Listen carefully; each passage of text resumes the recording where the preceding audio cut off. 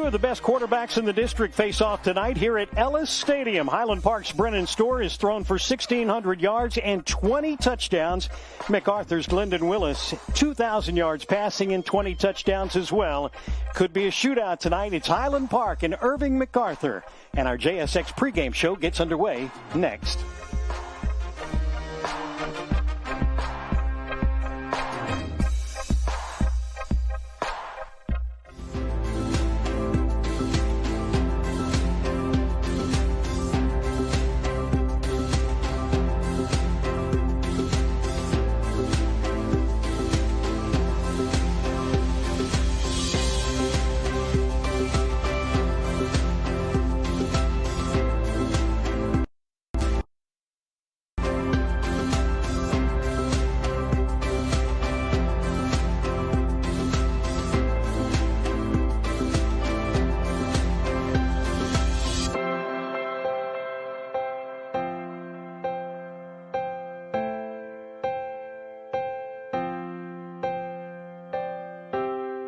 The customer service is really unparalleled. I've never seen anything like it with any other company. The emblem, it just says a lot. It means, hey, I bought from Sewell. They listened to what I had to say and actually cared about my experience. Every once in a while, you want to be spoiled, and Sewell does that. It's not just a transaction. That's the thing about Sewell. I will always drive a Sewell. Discover our wide variety of new and certified pre-owned vehicles at Sewell Cadillac or SewellCadillac.com. Determination on the field breeds determination in life. Discipline needed on the court will be the same discipline that gets the job done. That's why Tailwater Capital is a proud supporter of the Highland Park Athletic Program, the winningest athletic program in the state of Texas. 11 Lone Star Cups, 112 state championships, and a commitment to excellence that serves its players for a lifetime. From the locker room to the boardroom, Scots find a way. In the end, it's not the politician that builds this country. It's the entrepreneur, carrying the world's largest economy on their shoulders, putting Americans back to work. Really, they're the only ones who ever could. We've always been the entrepreneur's bank for the century behind and the century ahead. Vista Bank. Entrepreneurs banking entrepreneurs since 1912.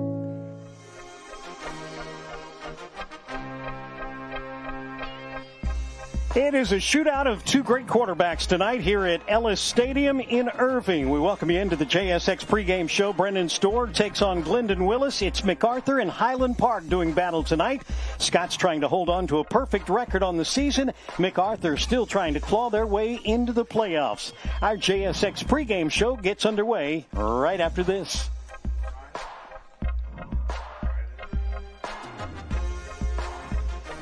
Along with G.A. Ellis and Jim Castello, I'm Russell Scott. We welcome you into the press box for tonight's matchup between the Cardinals and the Scots.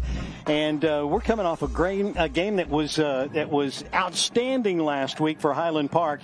Something I don't think I've ever seen before in what Bo Lilly did to start the third quarter, returning two kickoffs for touchdowns. The opening kickoff, then Highland Park gets a safety, and they have to kick off again, and he returns it for another touchdown. That was pretty unbelievable. It was, and we haven't seen that any type of play for the Scots in quite some time. But two kickoff returns, pretty outstanding. I asked Bo about that. He said it was pretty much the same on both of them. Great blocking on the sides, allowed him to have an alley right up the middle of the field, and he goes for 6 points. Then catches a tremendous one-handed catch of a pass later in that game. Highland Park comes into this game with a perfect record. Jay, your thoughts on, and I think we've got Pat Sauer live on the air in our background back there. You might want to take care of that. Your thoughts on how Highland Park's been playing as of late coming into this one? Well, Pat already thinks it's funny before I've told my joke. Thank you, Pat. Highland Park has been doing what they do well. Last week, there was there was no opportunity for the offense in the first half, but it was for good reasons. We scored quickly. The defense bent but didn't break. They had possessions where they made stops, but then they were extended by penalties and continued to make stops. But Highland Park's playing their game, and it's a little bit difficult to do when you're coming up against some of these opponents like last week that aren't necessarily as strong as some of the others to keep your focus. And I know these coaches are trying to find the right balance, because you can't tell these kids that every game is the most important game and have them get all the way up for it and then not have any competition. Now, tonight, I think, is a different game. I think MacArthur's got a competitive team, so I think this will be good for them. Well, you had two great quarterbacks coming into this one. Both quarterbacks have thrown for 20 touchdowns already on the season. Highland Park led by Brennan Storr, and it is Glendon Willis who leads MacArthur coming into this one. Two of the top quarterbacks really in 6A in the Dallas-Fort Worth region. Right, and they've done a great job. Obviously, Brennan Storr, we talked about him at length and how he's really moving the ball around, spreading it around to all of his receivers very well. But then you see Glendon Willis down there on the field, big, tall, lanky quarterback, does not want to run necessarily, but got the ability to run. But he's also number 2 in the area in 6A in passing yards. So Brennan Storr is not number 8, but Willis is number 2. And the reason for that, he's got an outstanding wide receiver in number 22. That's Henderson, Jabraden Henderson, who can go the distance at any time. Well, these two quarterbacks have some great receivers, as you just mentioned. We talked a little bit about Bo Lilly, and then Highland Park's got 3 other wide receivers who are standouts as well, and Luke Herring and Grayson Schrank and Jackson Heiss. The other part about the offense for the Cardinals is that they've got a really good running back in Darrell Smith. Small guy, but he jets around quite a bit. 794 yards. What have you seen from him on tape? Yeah, he is impressive. He is quick as a cat.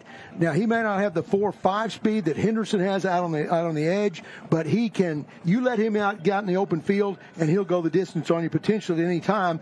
Then to add to that, on third down, what MacArthur does, they bring in Henderson and Smith, the running back and the wide receiver. They play defensive ends. The defensive ends move down to defensive tackle so they can get huge pressure from the outside right now. So they're using him in any way they can to foster their football team and help them have a chance to make the playoffs. I know you had a chance to catch up with Coach Gibbs this week and talk to him a little bit about the Highland Park running backs. And let's just go to the tape and get his comments on the running backs that he's got as a whole.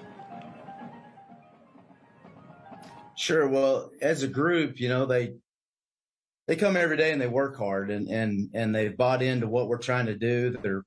They're committed to being good blockers as well as just running the football. And they provide, receiving options as well, which makes them special. So just as a group, they're fun. They're light all the time. We always have a good week in and week out. The running backs coach for Highland Park, and when we asked him about specifics on some of these guys, he talked about all of the running backs, but 2 in particular that are getting the lion's share of the work. First of all, it's Jay Cox and what he's been able to do, 382 yards. Doesn't sound like a lot through 7 games, but Jay Cox is averaging 6 yards per carry. Here's Coach Gibbs. Yes, he does. And special is the right word. When you have somebody that is kind of a Swiss Army knife, he can, do anything you ask him to do. He can line up and play quarterback if you needed to.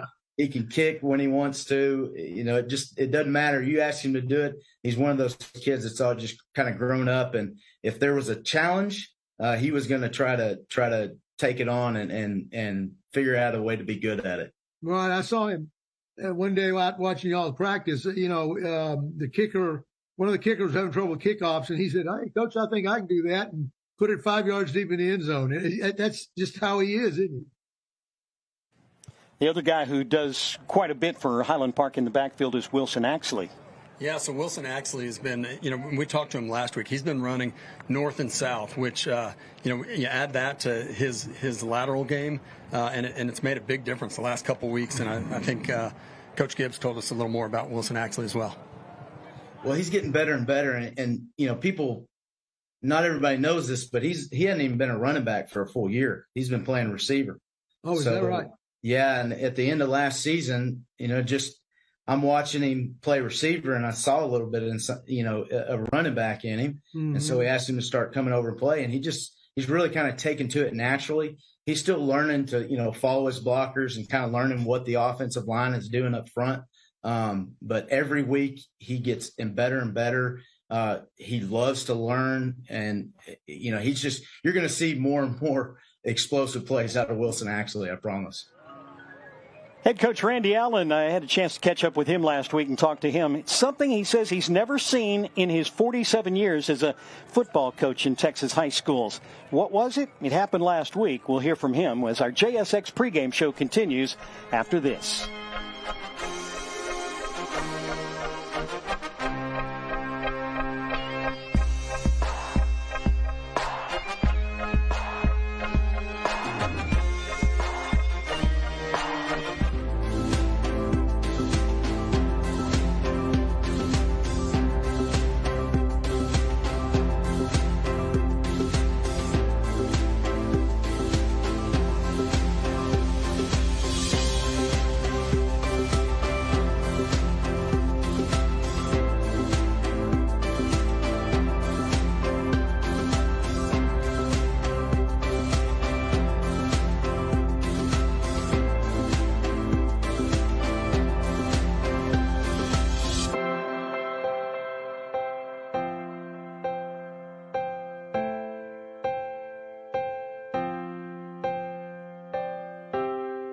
With almost 100 offices across the state of Texas and 50 of them serve you. Made by Tech Company in the United States. We are Dallas-born, Dallas-based, and family-owned. We support the Highland Park Scots.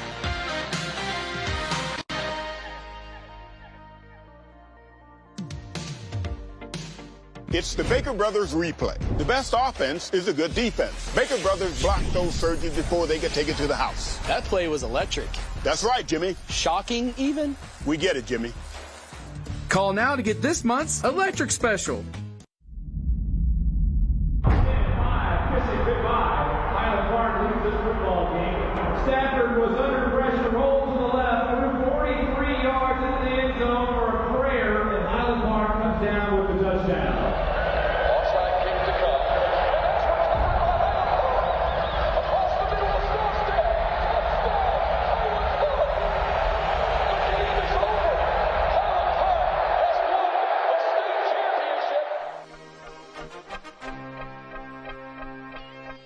We're at Ellis Stadium tonight for Highland Park and MacArthur out of the Irving portion of the 7-6A district, and tonight's game should be a good one. Last week, Highland Park defeated Nimitz 51-6, and got up with head coach Randy Allen this week to talk to him a little bit about, really the big play in that game, or the big three plays in that game, came early in the third quarter, and something he's never seen really happen before. Let's go to the tape.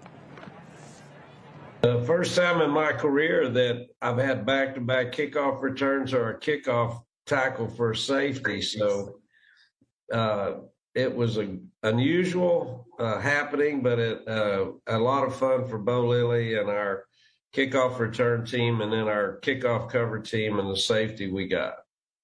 It was, we've kind of been waiting for Bo Lilly to have one of those games. It was kind of nice to see him finally kind of have a little bit of a breakthrough and produce like he did in that game, wasn't it?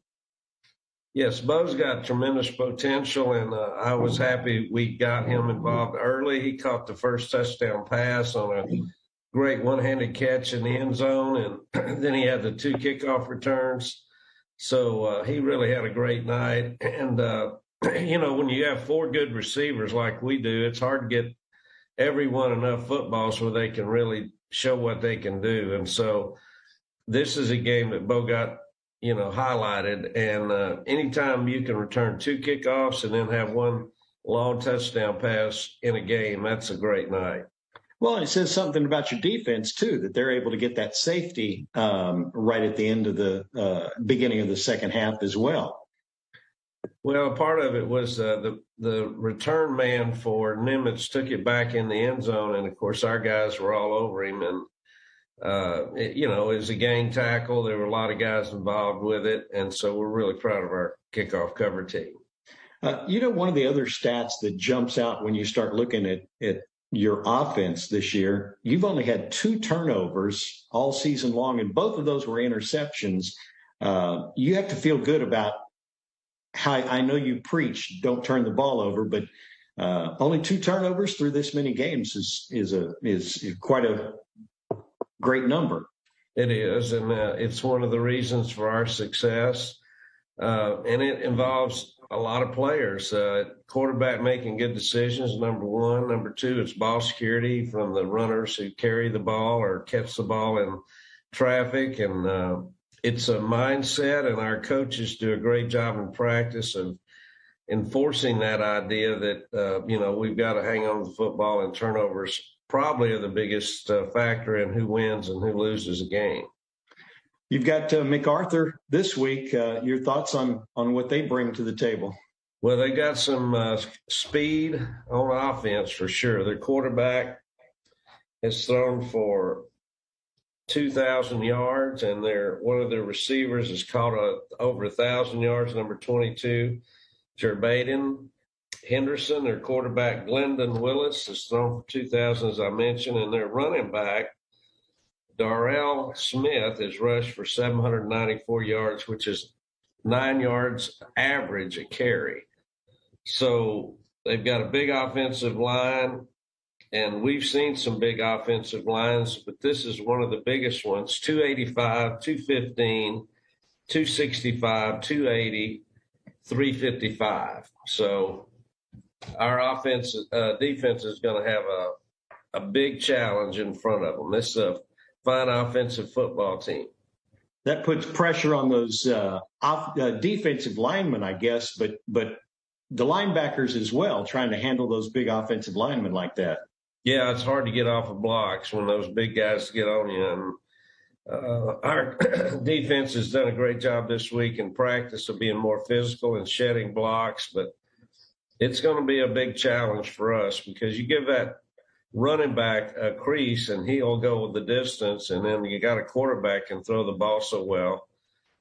They're a balanced football team, balanced offense, and they're fighting for that number 4 slot in the playoffs. It'll probably be them and Berkner that play for the 4th spot. And so this will be a big game for them, and we're looking forward to the challenge. We go to Irving Stadium where we beat Irving High School, so we've had an experience there, and our guys have had a good week of practice, so we're looking forward to the game. Pretty healthy this week? Yeah, pretty healthy. We've been missing some offensive linemen. We get Whit Basso back, so that's a positive. Lawson Petty's still out, and we have most of our defensive guys are ready to roll. Adam Rourke will be ready this week, so that's good. That's good news for us. Head coach Randy Allen, his thoughts on tonight's game. It's Highland Park and Irving MacArthur, and we're getting closer to kickoff. When we come back, we get our player scouting report, and we'll talk a little bit about how the district is starting to stack up. And stay with us. Our JSX pregame show rolls on after this timeout.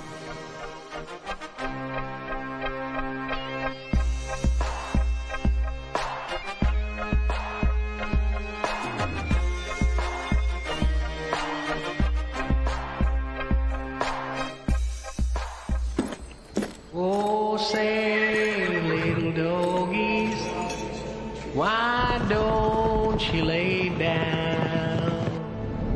Lay down, little doggies, lay down. It's not just what we wear. We are Cavenders, and this is how we live.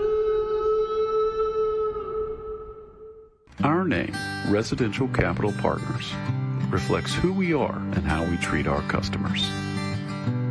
At Residential Capital Partners, we are dedicated to helping our customers build wealth through real estate. Residential Capital Partners, America's private lender.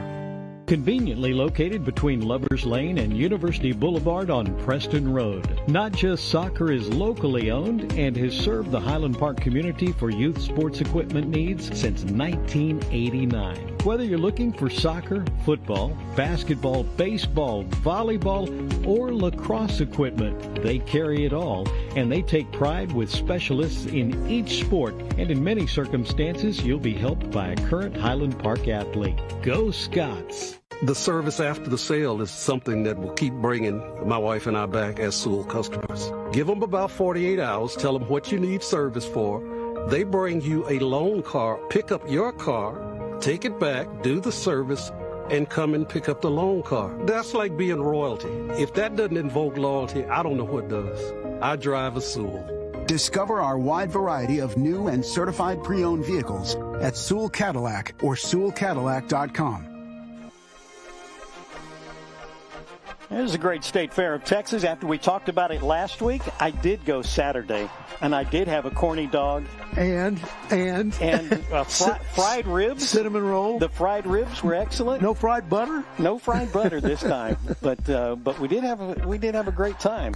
The state fair this weekend, your last chance to get out there. Hey, I got to go back again. I had to make a quick run about 2 weeks ago on Wednesday afternoon. I've got to go back one more time this weekend. Jay, we had to pry him out just to come here for the pregame show. Hey, we're going tomorrow. We'll be at the state fair, and come say hi and buy me a corny dog if you see me there. There you go. Let's talk a little bit about district. I mean, we're getting that close that it's almost time to start thinking about the playoff picture. For Highland Park, 5-0 in district right now. Jesuit is right behind at 4-1. Lake Highlands at 4-2. Then it's going to be MacArthur, Pierce, and Berkner who are battling it out for that fourth place. MacArthur at 3-2, Pierce at 3-2, and Berkner at 3-3. Richardson, Nimitz, and Irving probably the three that are going to be left out of the picture, correct? Right. And that's why this game tonight is so significant. MacArthur, along with Pierce and Berkner, are still fighting for that fourth playoff spot, as you said. So if they could rise up and challenge Highland Park and find a way to get a win, it puts them in the driver's seat. So they're going to play with everything they've got tonight. Not that people don't ordinarily when they play Highland Park, but especially tonight, the home game, they're going to be ready to go. And just real briefly, the winner, the playoffs again out of 7-6A will take on 8-6A, correct? 8-6A, which is the Arlington and Grand Prairie district. And that's going to be Martin, South Grand Prairie, Arlington, Bowie, and Lamar are all fighting for playoff positions right now. Really, Sam Houston and Grand Prairie, the only two that are pretty much out of a playoff picture right now. For Highland Park, that first round, does it look like? Can we make any thoughts? Well, I mean, if you ask my opinion, it's going to be Bowie or Lamar. Arlington High could still sneak in there, but they're all playing each other in the next couple of weeks, so it'll soon be decided. I know Highland Park Scouts are out at the, I believe, Arlington versus Lamar game tonight, and looking at both those teams, and that'll be a home game for the Scots. In the first round. Too early, Jay, to start thinking about playoffs with 3 games. It's never too early. Hey, for commentators and for parents and fans, it's never too early. For the players, absolutely. I know those coaches are telling them it's tonight's game. The most important is tonight, and next week they'll tell them that. But you know, they're only human. Everybody's thinking about it, but the players have got to focus on what's in front of them tonight. That's a perfect lead into our next segment. We've got our player scouting report, and Jim had a chance to catch up, first of all, with Bo Lilly and talk to him a little bit about what to expect from MacArthur's defense tonight. Well, they've got a lot of athletes, and that's what we've seen a lot of. They run a 4-man front, which I don't think we've seen this year. If we have, we've seen it very sparsely, and they trust a lot in their secondary to kind of do their due and lock up the receivers, especially the safeties. They're really athletic. So we've seen athletes before, though. I mean, we see them every year, pretty much every game. We see athletes like that, especially at safety. A lot of man coverage, or they play more zone? They play more man coverage. They play a really balanced defense. They play, honestly, we were going through it. I think they play like almost every defense that we've seen. They have a huge playbook, but they play more man than we've seen from other teams. Well, that was Bo Lilly, and also had a chance to visit with a couple of other players. Let's move over to Wilson Axley, junior running back for the Scots, who's shown tremendous explosiveness the times he's carried the ball. And here's what he had to say about the MacArthur defense. Yeah, this is a super unique situation. The front seven actually shifts a ton on their team. which we haven't seen totally, just with completely different, like they would go from odd fronts to nickel fronts to bear fronts. And so we've been practicing with that in scout team, and just kind of getting used to our blocking responsibilities especially has been very important, working with the O-line to try and figure out how to block against this 7 front. And as Coach Allen mentioned, one or two things that you guys are going to have to do to be successful Friday night? So I think we are definitely going to be throwing the ball, hopefully more, because of they just stack the box so much, leaving the inside receivers and outside receivers pretty open. But it's crucial for us to hold those blocks to make sure Brennan doesn't take a big hit, which Coach Allen always emphasizes that. That's the last thing we need, is for Brennan to take a big hit. It's part of our player scouting report on MacArthur, and we've got one more. And let's go to the other side and get the defense's thoughts on this. Yeah, not to be forgotten, the Highland Park defense has been playing well, and one of the key players has been Paul Williams. I think we've got him here. They have a really good quarterback that does a great job of just distributing. So I think our secondary will get tested, but I think they're going to do a great job, and I think it'll be really fun to watch. Are they more of a running team? Do they like to sling it around a bunch? What do they want to do if they could have their choice? I mean, they're pretty balanced, but they do a great job of throwing. I think a lot of their big plays come off of the passing game, so I think that's what they're going to try to do. Right. And standing on the sidelines, I know you haven't been on the sidelines a lot this year, but standing on the sidelines when, say, Barrett and Brady have been in before, can you help them by maybe seeing some things that they might miss in the heat of the battle? Yeah, I just try to pay attention. If I see anything that I think they might not have seen, I'll go over and say something to them and just let them know. But for the most part, they know what they're doing, and I have a lot of confidence that they're going to do a great job. Well, anytime you talk to any of the Highland Park players, you get such a respect for what the coaching staff has been able to instill in them, because they have such a great understanding not only about what they are supposed to do, but they understand what the opponent brings into the games as well. No, I think that's right. And I think the way they get there is they really understand the game of football. It's a little bit like a life lesson. You want to put yourself in the other guy's shoes to understand the situation. Well, these kids understand, if they're defensive back, they understand the concepts and why certain route combinations are run, or why they run play action. And as a result, they're able to anticipate and react more quickly. And how about Bo Lilly? How about Wilson Axley? I should say, understanding what the offensive line is going to face tonight. Even though he's not an offensive lineman, he's got to be on board with what their calls are and how they're blocking, so he'll know who to block. And you can tell he understood it all when he was talking about it. Tell you what, Highland Park comes in, they're on a roll. They've won 7 straight and undefeated this season. That was such a great game last week, and especially the start to that third quarter. And I know we've talked about that over and over and over, but let's go back to some of the highlights of last week's Highland Park win over Irving Nimitz. There's a lot of them. Julie Rado with the 51 points Radio worth. Group at Compass. Go Scots. Scots will field it. It is 44. Here we go. 30. Here we go. 5. There's a flag throw. Here we go. Here we go. Start at the 41-yard line. Long pass into the end zone. They got a receiver. It's a touchdown. Really? How about Bo Lilly? 2 running backs in the backfield. Handed off. This is going to be sling up the middle. Here is the return. That's Bo Lilly. He's all the way out to midfield. Bo Lilly is going to take this one down to the 20, to the 10, to the 5. Touchdown. Here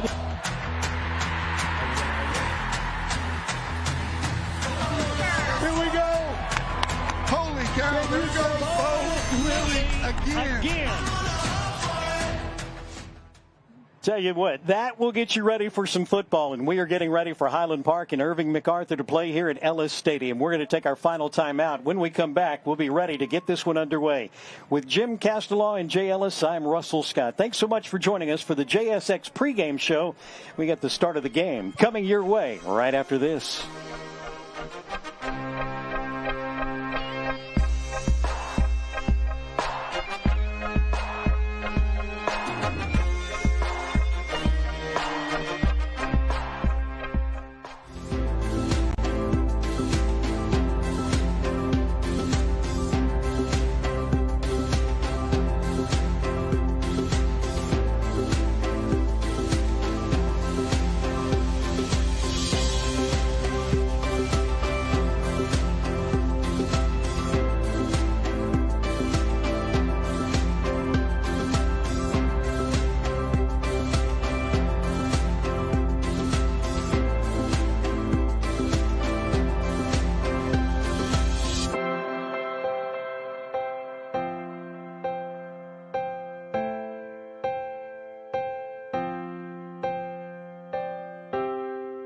Attention Highland Park Scots and SMU fans, football is back at Highlander and on the hilltop. So burger joint, Goff's Hamburgers. It's the same burgers, same fries, hot dogs, and chicken you loved as a kid, but now in a brand new location. Goff's is now on Mockingbird between SMU and Central Expressway. Drop in for that unmistakable charcoal grill taste. Host a private party in the back room, or hang out and enjoy the Highland Park and SMU memories hanging on the walls. Goff's Hamburgers, proud supporter of the Highland Park Scots. Had a service culture. And I don't think there's anybody in our company that believes otherwise. Everybody understands that our mission is to take care of families. And I think what makes me the most proud is how many families and lives we have actually touched. We've been so impactful for so many people, and in different ways of their lives, in ways we couldn't necessarily anticipate. We see you, early riser, paying the price, making your move. We see you because we are you. Entrepreneurs banking entrepreneurs. As one of the few Texas banks participating in the Main Street Lending Program, Vista Bank is helping small businesses put America back to work. Isn't it time you join the over 1,500 new PPP clients and make your move to a bank that hustles as hard as you do? Vista Bank. People first.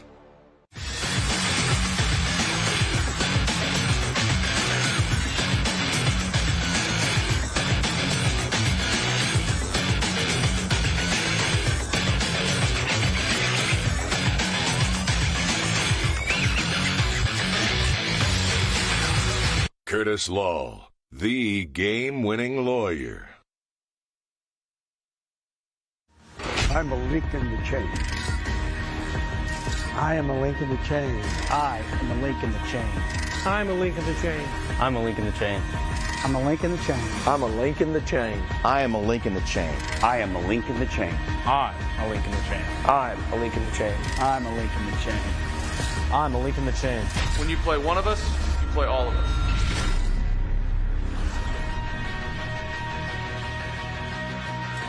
We're at Ellis Stadium tonight. It's Highland Park and the Cardinals of Irving MacArthur. It's a 7-6A matchup as Highland Park tries to go to 8-0 on the season and hold on to that top spot in the district. For the Cardinals, it's a big game for them as well because they are clawing, trying to stay into the playoff hunt. And they've got the Scots, and they've got a big chore ahead of them tonight. We appreciate you being along with us for tonight's game. Coming up, we'll have kickoff, and we'll get everything underway right after this. Sewell treats me is I feel important. I feel like I'm in first-class service each and every time I come to Sewell.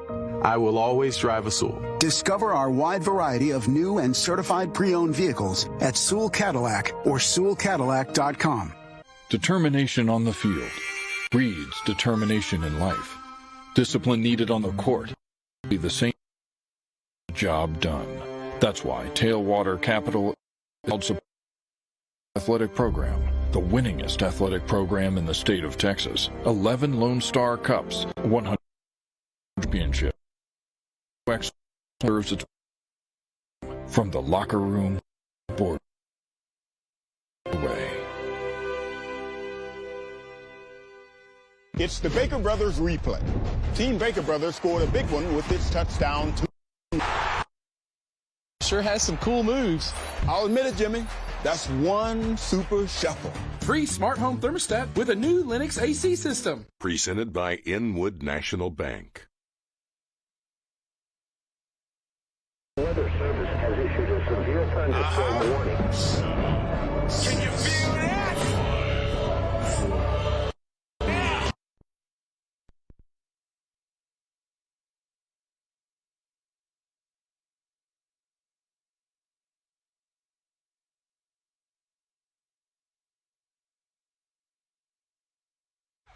Yeah, we gon' rain and we gon' shine.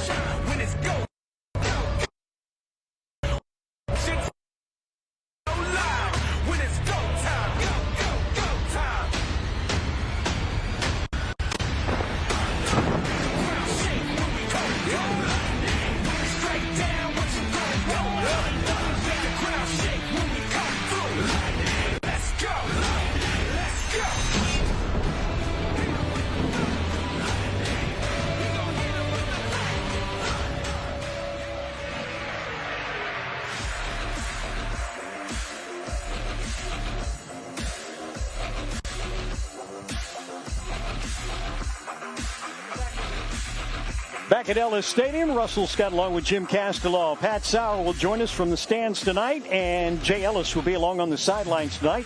Mike McAbee, our statistician, in the booth with us for tonight's game as well, and Ivan Zuniga, our in-booth producer, with us as well tonight. You see everybody ready on Highland Park side for tonight's game. Cheerleaders ready to go.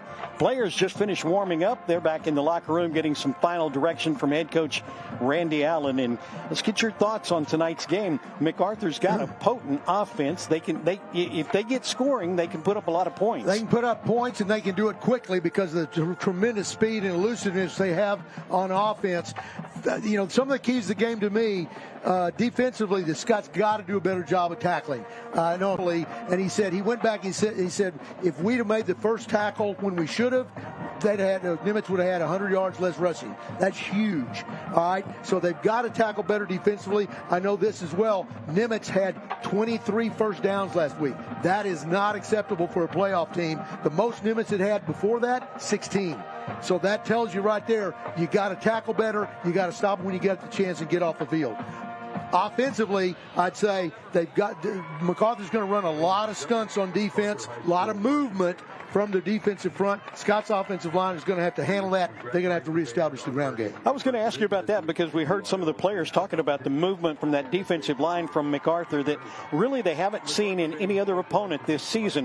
What does that do to the offense, and how does that make it more difficult to play offense? Well, it limits your calls. You don't know if they're going to stay where they are or they're going to move. If they move, you've got to adjust and make another call. So it forces you to be a little bit vanilla in your blocking schemes because you can't adjust to everything. I've never seen anybody do what MacArthur does on third down, though, where if it's third and long, defensive end slide down to over the tackle, which is not very far. The middle of the offensive line is completely open. They put two speed rushers on the outside, and then they loop to where they want to go. You've seen the Cowboys do it a little bit, but obviously in the high school level, that's harder to do. Sounds like that opens up the middle, like where the linebackers have vacated. That sounds like a pass to Jay Cox out of the backfield. Yeah, maybe Jay Cox and Axley are looking at that going, all right, you guys just blow straight ahead, and we're in business. But I think it's kind of like a carrot hanging out there in front of the offensive line.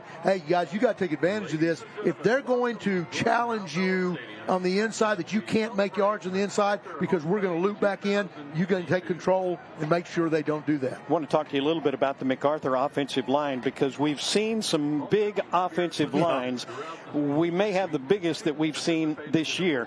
If you see big number 75 out there, Nigel Akbom, he's 6'5", 355 pounds. He'll start at right tackle tonight. At right guard, they do 280, 265 at center. 315 is Hiram Hernandez at left guard. He's big number 78, 6 foot, 315 pounds. And then Omar Mohammed, 6'5", 285 pound senior at left tackle. And then they've got another guy that they're going to roll in there who might be bigger than all of them. They've got Nathan Aguirre, who is 6'5", 305, who rotates in periodically. So, people in the stands, people at home watching on TV will see this. I have never seen an offense that pulls as many linemen consistently as MacArthur does. Now, personally, if I've got a 300-pound offensive line, I tell them, you guys blow straight ahead. We're going to open some holes. MacArthur's got a little bit different take on it. They'll pull three guys to the right, but run to the left. Used to be you could teach linebackers wherever the guards and the tackles go, you go with them, he'll take you to the ball. MacArthur sometimes does the opposite. They'll pull people left, run right, they'll use their offensive line as a decoy. Not the way I would do it, but they seem to think it works, and it does create some confusion. Well, it's gotten them to a 4-3 record. They're 3-2 in district play, and Coach Beck Nicholson is in his second season as head coach. He's 4-8 overall. 8-9 overall. He was 4-6 last year. Interesting the way he puts this whole thing together, isn't it? Right, it really is. But I mean, if you're playing a lot of times, I don't call 300-pound offensive linemen lesser talent by any means. But if you think you're up against a superior opponent, a lot of times this works, and it gets you have enough confidence where you can do some other things. Again, what I learned a long time ago in coaching, though, there's a lot of ways to get the job done. And there's not one way, there's not two ways, there's a lot of ways. And you got to tailor the best way for the kids you've got. Obviously, that's what Coach Nicholas is doing. So here's the tail of the tape. Total offense for MacArthur. They average 385 yards. They average 160 on the ground, 225 through the air, and they're averaging 40 points a game. They have scored, 43, 66, 55, and last week they scored 45. So again, they can put the points up if given the chance. Right, and I think you have to keep an eye out for number 22, Brandon Henderson. You heard Coach Allen talk about him. We talked about him earlier. He's number 22. They'll line him up all over the field. They try to get the ball to him in space and let him do his thing because he is blazing fast. And again, when you see him on the field, they'll probably open the game, throwing a hitch route to him and say, let's see what you can do right now. Can you get lucky and break one for the end zone? Mike McAbee just brought up a good point. I mentioned all those big numbers that they've put up offensively, and he said, well, who have they beaten? Well, again, that's part of the deal. They beat Woodrow, Nimitz, Richardson, and Irving. So they have not gone against the top teams in the district as of yet. Their losses have come to LD Bell, Pierce, and Lake Highlands. They still have to play Jesuit along with Highland Park tonight, so they do have the meat of their schedule coming up. They do, but here's the thing for MacArthur, and I'm sure that their coaches are telling them this. Even if they lose to Highland Park, maybe not this part, but even if they lose to Highland Park and Jesuit, if they beat Berkner in the last game, they got a shot getting in the tournament. So that's the carrot that's going to be out there in front of the MacArthur players tonight. If they can get another win somewhere along the way, if they can rise up and surprise Highland Park or Jesuit, then all the better for them. Looks like it's homecoming here at Ellis Stadium tonight for the Cardinals. Let's talk a little bit about Highland Park. The Scots come in with again a 6-0 record. They're 4-0 in district right now, and they've put up some big numbers as well. Highland Park now averaging 44 points a game. They're averaging 412 yards per outing on the ground, 144 through the air, 268. And maybe the biggest stat that always sticks out in my mind is just 2 turnovers. Yeah. They've got almost 2,900 yards of total offense this season, and only twice have they turned the ball over. And no fumbles. And I hesitate to say that because I feel like I'll jinx them if I do. But when you play through 7 games of your season and go undefeated and you haven't put the ball, you've not lost a fumble yet, that is pretty impressive because it means you're not fumbling much at all. To me, it doesn't mean you're fumbling and getting them back. You're not fumbling. The Scots are holding on to the ball, doing a tremendous job in that regard. Highland Park led by Brennan Storr. We've talked a lot about him, completing 64% of his passes, only 1 interception. But he has really developed over the season. 20 touchdown throws already. Warren Peck stepped in and filled in last week in the second half of that ball game. Peck, a great backup quarterback. And we've got some highlights from last week's game we'll go ahead and look at, and I'm sure some of these highlights are going to have Bo Lilly in here as well. There you've got Jay Cox, who comes into the game tonight averaging 6 yards per carry. So he doesn't have a ton of yards, but when he carries the ball, he's effective carrying the ball. There's Bo Lilly right there. Right. That's Jay Cox right there on that long touchdown run he had up the right side last week. Yeah, and don't forget that Jay Cox is number 4 or 5 on the receiving chart for receptions coming out of the backfield. So obviously the 4 stars for the Scots are 1, 2, 3, 4, but right behind them is Jay Cox, who is tremendous coming, floating out of the backfield or getting out of the backfield and giving him an empty look. Watch this catch right here. This is Bo Lilly. Slow motion. Got it. One-handed. Little fly paper on that hand. How about that? That was a catch right there. It was interesting when I interviewed him. He said, yeah, we don't work on that specifically in practice, but we do work on it messing around ourselves. Can you catch this? Can you catch that? Mike McAbee is our statistician. We're going to flip his microphone on right here because he's got some great numbers. And I looked at those earlier today, and I totally forgot about them, but I'm glad you pulled those up. Are you sure this is wise? I'm not on a bad roll with that. Okay. Talking about just the dominating numbers, it starts off at the beginning of the game every week. We've talked about throughout the season that the Scots have not trailed to open the game yet. They've always scored the first points. But even more impressive than that, set aside the Nimitz game. Nimitz last week was a ball control. That first drive lasted 8 minutes. The Scots in the previous 5 games had scored after the first minute and a half, minute and 40, minute and a half again, 30 seconds. So they're scoring quick, they're scoring early, they're scoring on their first possession for the most part. It puts the other team behind from the word go. And the other thing is, to start the third quarter, they score first in every game that they've played. Of the games played so far, every opportunity, they have failed to score on their opening drive of the game one time, and have scored on their opening drive in the third quarter every time. Some pretty powerful numbers. Yeah, I mean, it's better than we have seen, even though Highland Park's had tremendous teams the past several years. It's better than we've seen statistically in a long time. See the captains coming out. We'll have the coin toss coming up here in just a second. I wanted to. You might be noticing Lawson Petty in street clothes there, or in jersey and shorts. He will not be playing tonight, nursing a little injury. As I understand it, Jake Watts may be out as well, so we may be getting a chance to see some of the backup Highland Park offensive linemen filling in. Whit Basso is back. He was out last week, but he will play this week. And we're also expecting that Adam Rourke is going to be back this week as well. However, looks like Carl Williams is going to be out this week, and that means Barrett Denton will start in the secondary for Highland Park. Right, Barrett Denton will start. Also, Mac Ballard, who has been out all year, is making his return, and so he will see some time tonight at cornerback with Rourke, Burt, and also Wes Giese. Talking about Highland Park's offense, we mentioned Storer. We talked a little bit about Bo Lilly and his big game last week. Can't forget about the other 3 wide receivers for Highland Park, Luke Herring and Jackson Heiss. They'll be the wideouts to either side. Herring will come into the game tonight with 16 catches, 319 yards. Impressive thing about that, he's averaging 22 yards per catch.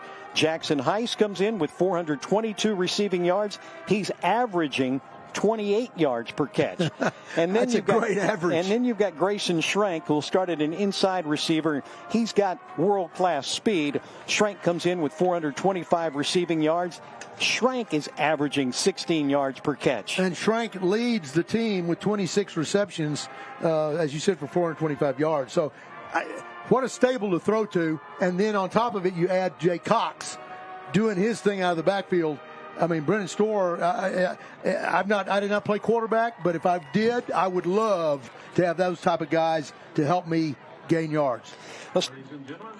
Weather forecast for tonight is going to be absolutely gorgeous. Our temperature is going to be in the 80s throughout the night tonight, and we're expecting to drop into the low 80s tonight and into the 70s perhaps before we get to the end of the game tonight. You see our wind speed now north at 11 miles an hour. No chance of rain in the forecast for tonight.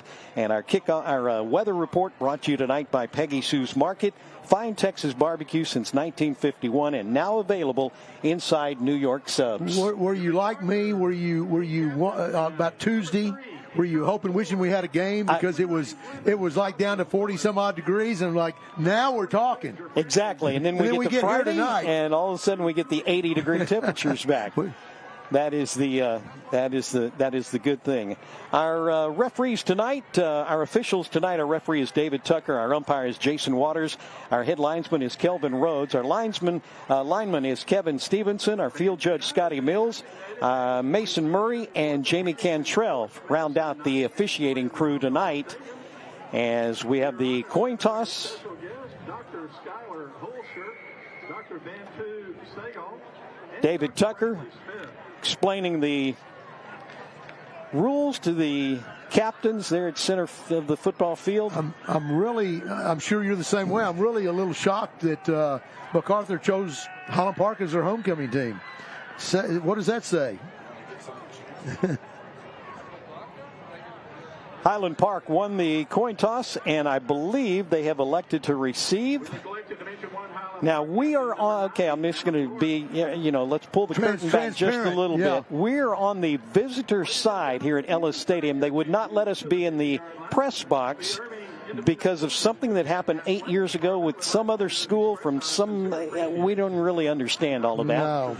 So the referees are going to be facing the other side when they give all those signals. So it may take us a minute before we can relay the correct information to you when there's a flag thrown or anything like that. Now, I hope someday we warrant getting placed in the big press box across the field. But for some reason, Irving ISD decided that wasn't a good idea. You know, that's one of the things that also we're going to watch very closely tonight. Highland Park does a pretty good job of not shooting themselves in the foot by getting penalties. But for MacArthur, they've had a lot of problems with penalties. They've had, I think, 4 games this season already where they had 10 or more penalties. They had 10 penalties last week as well. Right, and that's just a discipline thing. You know, you say, why don't you take care of it? Well, I think the team, you know, it's strictly a discipline thing, because a lot of those penalties aren't because you're going 100%, 90 miles an hour, whatever you want to call it. A lot of them are pre-snap penalties that are just, you know, you got to get that straight beforehand. You can't make a mental mistake before the ball is even snapped. And Highland Park's done a really nice job. The defensive line for Highland Park of that shift that they do. They don't jump forward. They jump to their left or to their right.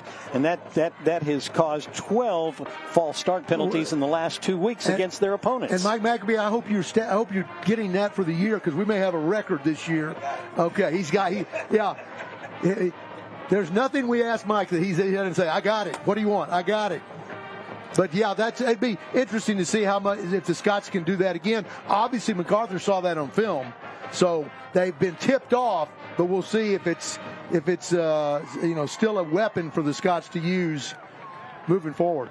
Just about ready for the presentation of the colors and the playing of the national anthem here at Ellis Stadium in Irving, as we get you set for Highland Park and the MacArthur Cardinals. And we'll send it down to the field for the national anthem. Please rise and remove your hats and caps as the National Junior ROTC takes the field, with tonight's national anthem being sung by the MacArthur High School Choir.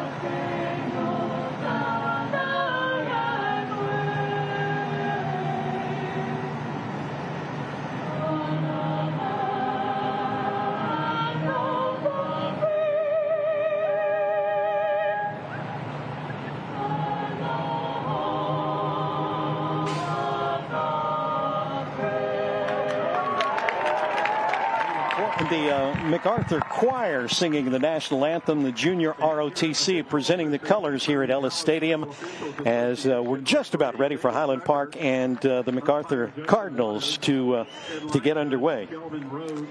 Let's take a look at Highland Park and their starters for tonight's game. There you've got the offensive line up there. And again, you've got Case Pickleman, who will move in and play left tackle for Highland Park tonight. Will Ogle is going to start at left guard for the Scots tonight. Maroulis and Basso and Sweeney round out that starting offensive line for Highland Park. And as you just saw up there, Luke Herring and Jackson Heiss, the two wide receivers. And it's Grayson Schrank and Bo Lilly who will start at those inside receivers. Brendan Story at quarterback. Jay Cox will start at running back. We'll also see quite a bit of Wilson Axley in at running back as well for the Scots. They will get the ball first, and it is going to be deep for Highland Park. Bo Lilly, and he'll be back there with, looks like Grayson Schrank.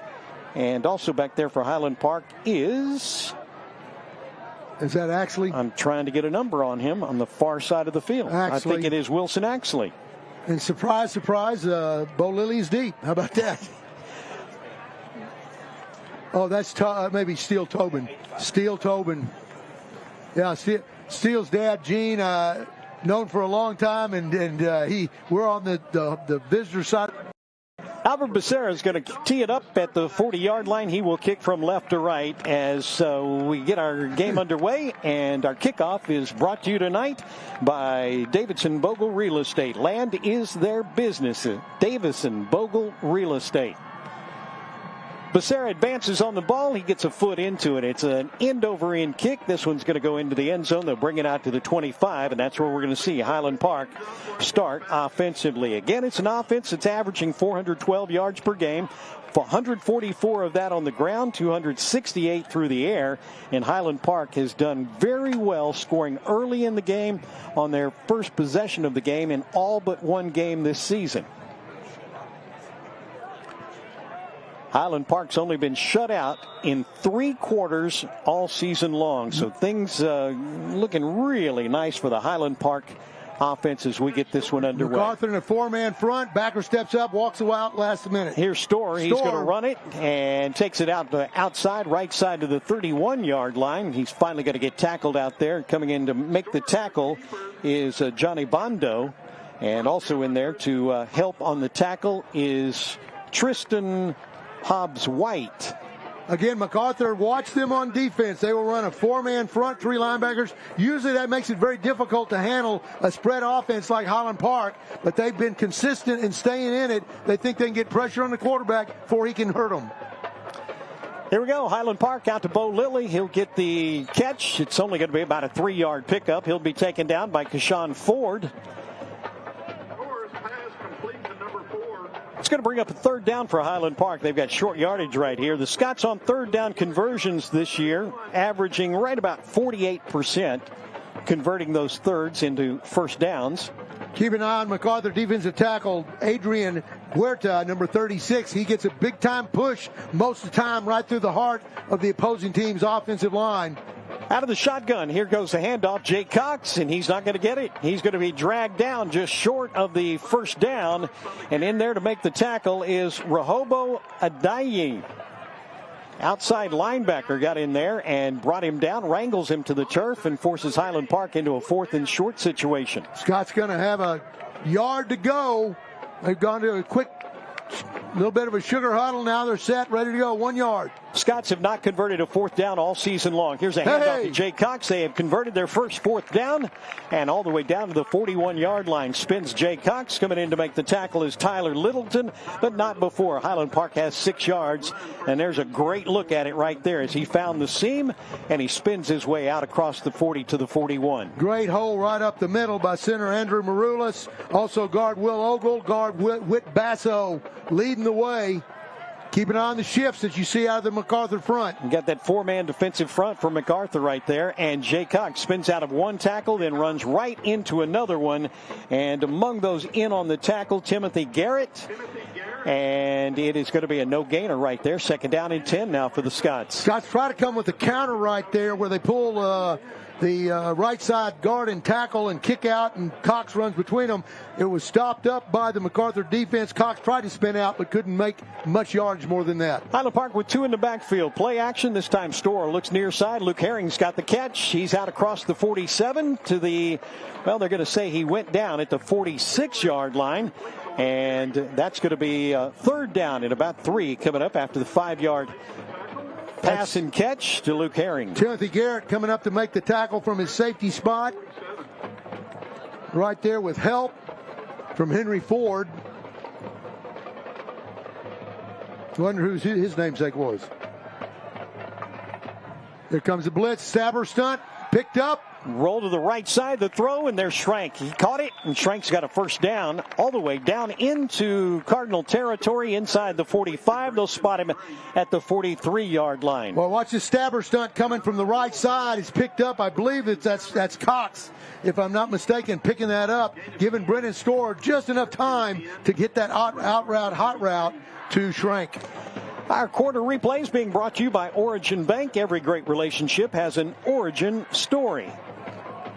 Number 42, Julian Garcia, tough middle linebacker from MacArthur. Play action. In trouble. Storr's going to tuck it and run with it. He's headed for that first down marker. Will he get there? He's close. Gets hit and taken down on the near sideline by Henry Ford. Also coming in to help on the tackle was Julian Garza. You want to know why offensive linemen love a quarterback? They love one who can do this. Watch it. The good protection at first, then it breaks down. Storr sees the alley, and he hits it. He doesn't waste any time, doesn't hesitate, takes the first down run, and then, rather than going out of bounds, decides to deliver a little punishment himself. Ninth play of the drive right here. We had movement on that defensive line. Highland Park on a free play. The throw down to Herring. He caught it. Stepped right in front of the defensive back and hauls that one in down at the 11-yard line. Well, how many times have we seen the Scots and Coach Allen take advantage of that? They go at the hard count. It's usually a dummy call. They get MacArthur to jump into the neutral zone. It's a free play. And Storr latches up with Herring for a first down inside the 20. 17 yards on the pass and catch right there to Luke Herring, and the Scots are down inside the Shelby American red zone with a first and goal to go from the 10-yard line. Storr now 4 for 4 passing. Once again, we have Case Pickleman in at left tackle in place of Lawson Petty. Again, got nursing an injury. Will Ogle at the left guard in place of Jake Watts. Been doing a great job in this drive. 2 in the backfield this time for Highland Park. Option play. They'll throw it out to Jay Cox. He sidesteps one, tries to pick up a couple of more yards before he gets slung out of bounds on the far side by Nagacha, the defensive end on the near side. It's going to be a pickup of just a couple. Second down now. Storr did a great job of being able to make the pitch with his offhand. His pitch hand was pinned. He was able to get the ball over the defender and to Cox and avoid a negative. Second down and goal to go now for Highland Park. That's Jay Cox just to the left of Storr. The throw into the end zone, and there was a little bit of miscommunication between the receivers and the quarterback that time. Long incomplete pass brings third down for the Scots. Well, it's been a play that's been very effective for the Scots. Just laying it up in the corner of the end zone, let either Heiss or Herring go up and get it. But that time, Heiss looked like he was expecting a hitch route, and Storr threw the fade. Scots are 1 for 2 on third down conversions on this drive. Let's see what they do on third down and goal to go here. Watch the shift up front. 12th play of the drive. Here we go. Storr into the end zone, and Luke Herring go way up there, but he just couldn't pull it in, and he's a little shaken up. Herring goes sky high to get this ball, stretches out, but then he comes down flush on his back and shoulder, and we hope Luke's okay. Bad replay brought to you by Origin Bank. Every great relationship has an origin story. Luke Herring walking off under his own power right there. Luke holding his back like I do when I get up in the morning, but he great effort. Looks like field goal coming. Here's Jake Tansey. A 24-yard field goal from the left hash mark is up and on the way, and it is good. Jake Tansey with his 4th field goal of the season, and Highland Park gets 3 on the opening drive. They lead it 3-0. 7:46 to play in quarter number 1 here at Ellis Stadium. We'll take this time out. Back in just a moment.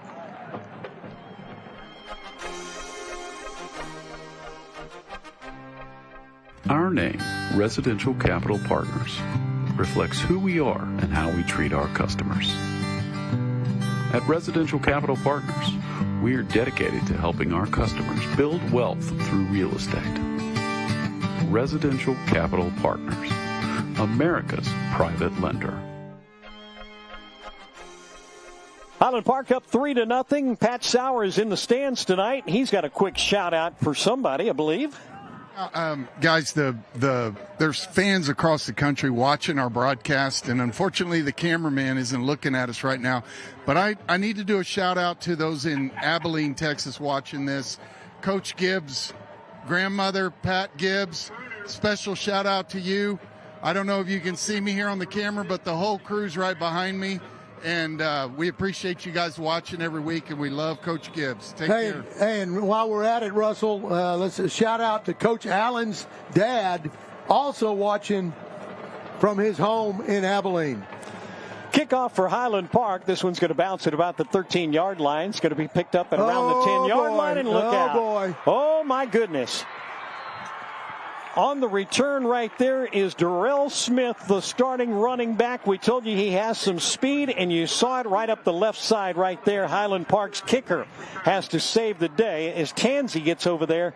And, that's Regas. Yep. Gets over there and knocks him out of bounds and saves a touchdown. Kickoff brought to you by Davidson Bogle Real Estate. Well, and Scots need to be careful because MacArthur's got the potential to do that on every return, so they need to either kick it deep and in the end zone or find some other way because you don't want to give it to that guy every time. That's going to be a 40-yard return for MacArthur. They sets him up in Highland Park territory at the 48-yard line. They're going to hand it off. Smith looking for a place to go, follows his blockers and finds a seam down to the 40-yard line of Highland Park. And up there to make the tackle is William White, one of the outside linebackers for the Scots. It's going to be a 9-yard pickup. Here come the defensive starters for Highland Park. Let's look up on that defensive line. You've got 5 that start and get a lot of playing time up there, including Kyle Carlson and Lewis Montgomery and Spencer Brown and Henry Richter and Judge Ellis. And then we've got a fine linebacking crew as well. That was William White. And Cormac Carroll is starting at nose guard tonight for Highland Park.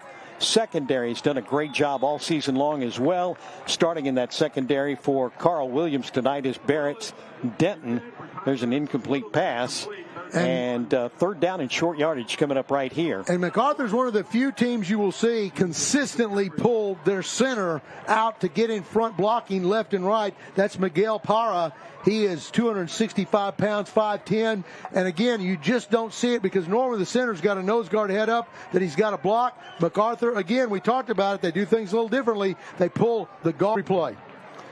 Again, they're going to work out of the shotgun formation. Glendon Willis at quarterback turns, hands this off, and that's Darrell Smith in the backfield.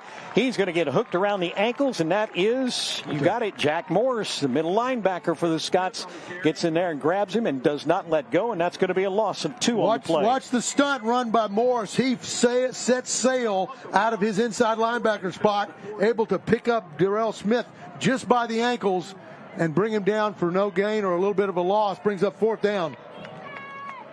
Judge Ellis now in the game for Highland Park in one of those defensive line positions as well. The Scots bring up those outside linebackers. Here comes 4th down at about 2. And now movement. We got somebody jumped, and I believe it was MacArthur, and so Mike Maccabee add to that list of procedure penalties the Scots have elicited from their opponents by making some type of movement right before the snap. First one tonight, the 13th in the last 2.5 games. Highland Park's defense has caused the offense to jump. Well, it's such a little thing, and it's something that the offensive line ought to be able to find a way to hold their water, but saying it and doing it are 2 different things. That's going to make it 4th down and long situation coming up right here. They'll line up as if to go for it. Keep an eye on number 22. Willis wants to throw on 4th down. Good protection. He's got some running room. Is he going to run? No, he's going to stop and throw it downfield. That's going to be an incomplete pass.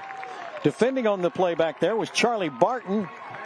And it's incomplete, and Highland Park's going to come away with pretty great field position right here. Well, that's one of the ways that Willis has been able to rack up so many yards in the passing game. He scrambles, keeps the play alive, not to run, but to throw it and then complete it. You see him trying to go right there to Tyler Littleton. But incomplete, and the Scots take over. But great job that time in the secondary and with the linebackers maintaining coverage, even though Willis kept the play alive a lot longer than he should have. Jay Ellis is along the sidelines tonight, and we'll check in with him coming up momentarily. By the way, that was a turnover on downs, brought to you by Dr. Heinrich of Hilltop Orthopedics and Sports Medicine. Here's Jay Cox off left tackle, and he'll pick up 4 yards. And Cox, again, exploding right up the middle. He gets a good lead block by right tackle Robert Sweeney, leading up through the heart of the MacArthur defense. Anytime you get Big Sweeney in front of you, that's a good thing. 2nd down and 5 now for the Scots. Getting the ball spotted right at the 50-yard line, left hash mark.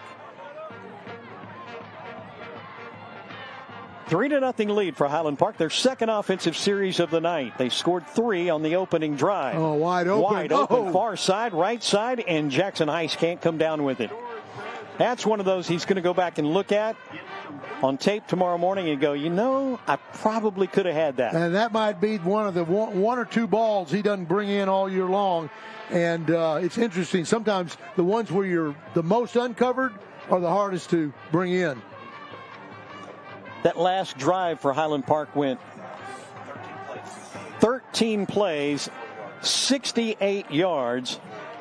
And it took 4 minutes and 14 seconds for him to get that field goal. And that drive recap brought to you by Stewart Partners Global Advisory, located right here in Dallas. Oh, my goodness.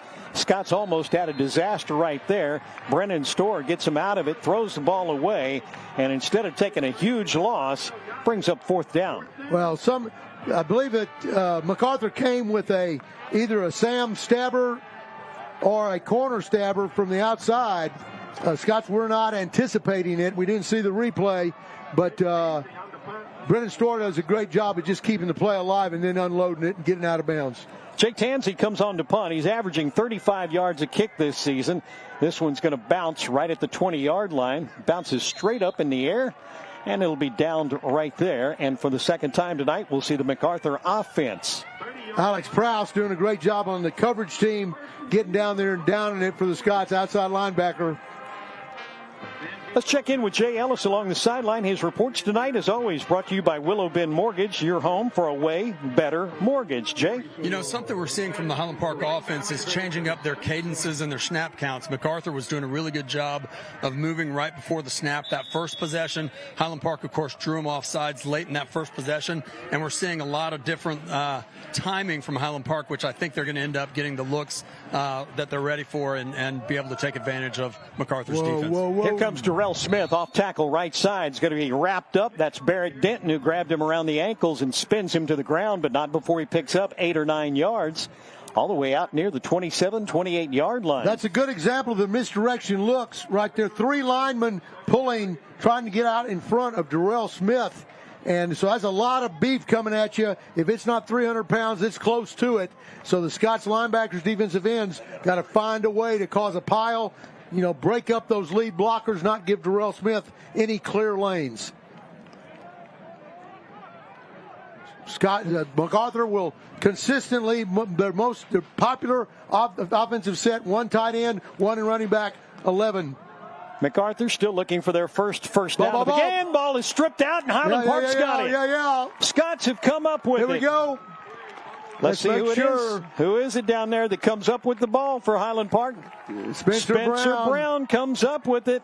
William White may have been the guy who pulled it out, and the turnover brought to you by Dr. Heinrich of Hilltop Orthopedics and Sports Medicine. And that'll go in the can, but I think you're right, Russell. William White makes a nice play, and as he's slinging down Darrell Smith right here on this dart play, right there, he grabs it, rips the ball free, and Spencer Brown is down there on the ground along with Tommy Rossley, and Brown comes up with it.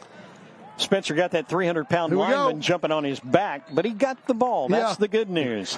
Yep, there you see number 72, Will Ogle, along with Whit Basso leading the way. Scots are making some good headway on running right up the middle. Jay Cox on a 4-yard pickup there for the Scots.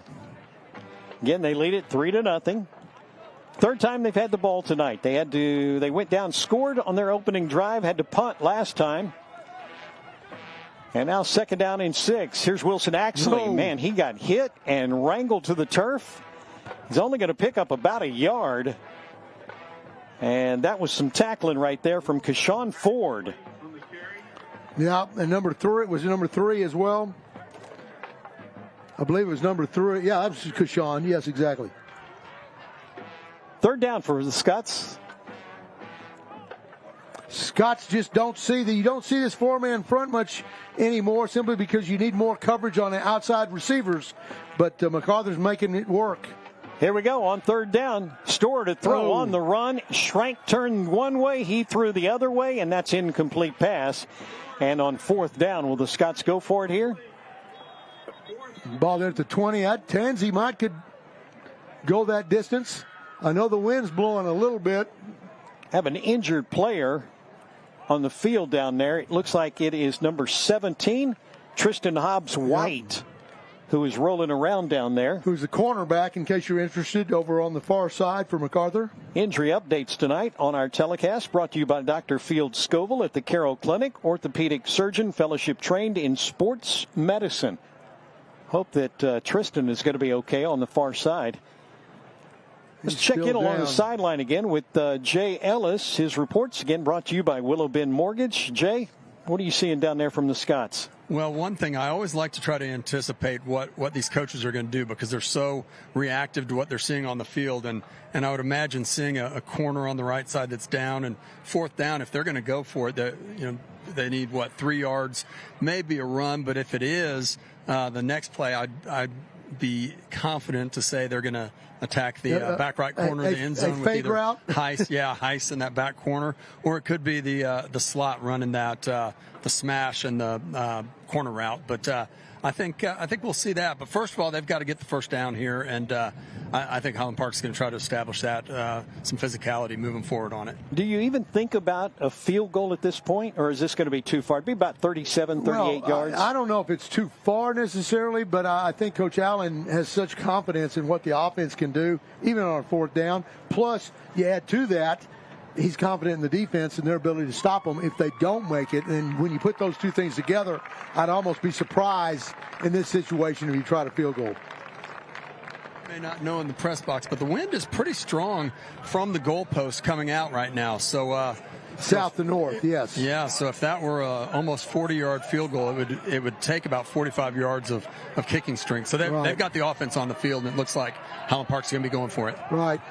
Brennan Storr started the game 4 for 4 passing. He has missed on his last 5 attempts. See what happens here on fourth down. Let's see, 4-man front still. Outside backer shows blitz. Now they call timeout. MacArthur's going to spend the timeout right here. First timeout by either team. And we will take the break as well. Again, Highland Park up 3-0. We've got fourth down when we return right after this.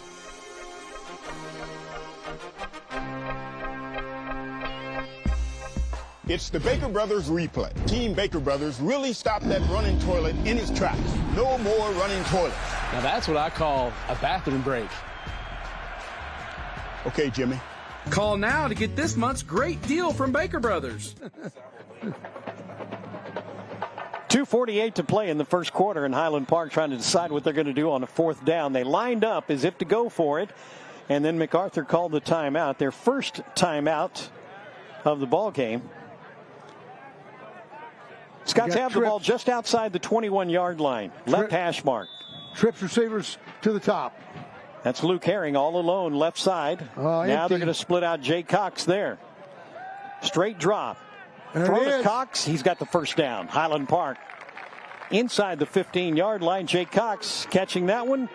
And Highland Park, after not getting converting a fourth down all season long, they've converted 2 tonight. Well, and here's the thing. Jay Cox floats out of, shifts out of the backfield. You got an empty set. Number 20 to cover him. He's an outside linebacker, and he just can't stay with Cox. Cox is a tremendous weapon coming out of the backfield because you get a mismatch on a line. You're some to the Luke Herring, who goes up, makes the catch, and he'll fight his way down to the 7-yard line before he's going to be bumped out of bounds. Henry Ford is in there, and Odumye is in there to help make the tackle. And I knew I'd have trouble with his name as well. I felt guilty. But to my credit, their coaching staff would not return my phone call this week. There you go. So I got the name about 10 minutes before we went on the air. And I felt guilty pointing to him. Does that count? Here we go. You feel sorry for me now? Here we go. Second down for Highland Park. They can get a first down if they get it inside about the 3-yard line. Here we go. Store's going to keep it. Draw right up the middle. He's not going to get there, though. He'll get taken down right about the 6-yard line. Joanny Bondo comes in to make the stop. That's a great name for a defensive end, Joanny Bondo. Got a ring to it. It's going to bring up third down now for Highland Park. Scots thought they had an alley there for the quarterback draw. Normally, they've been very effective in opening up big lanes for Store, but not on that occasion. It's going to bring up third down and see what the Scots can do. 4 wide receivers this time, 2 to either side. Jay Cox is in the backfield. Store from the gun. Here comes the option play to the near side. Pitches and more. Touchdown, Highland Park. Jay Cox runs it in from 7 yards out. And the Scots have their first touchdown. They extend the lead out 9-0 now. Our touchdown brought to you by Bob Lilly Promotions, proudly supporting Highland Park Scots since 1999. Well, you got to see the 2 wide receivers make their blocks here. We'll have that replay coming up probably right after the extra point. But Grayson Schrank and Luke Herring both latch on to their men and allow Cox to walk into the end zone because those great blocks, they're not only great receivers, great blockers out front too. Brett Kennedy and Peter McGuire with Kensington Vanguard national title. And the extra point is wide right. That's the first extra point that Highland Park has missed all season long. But the Scots still with a 9-0 lead, 1:52 to play in the first quarter.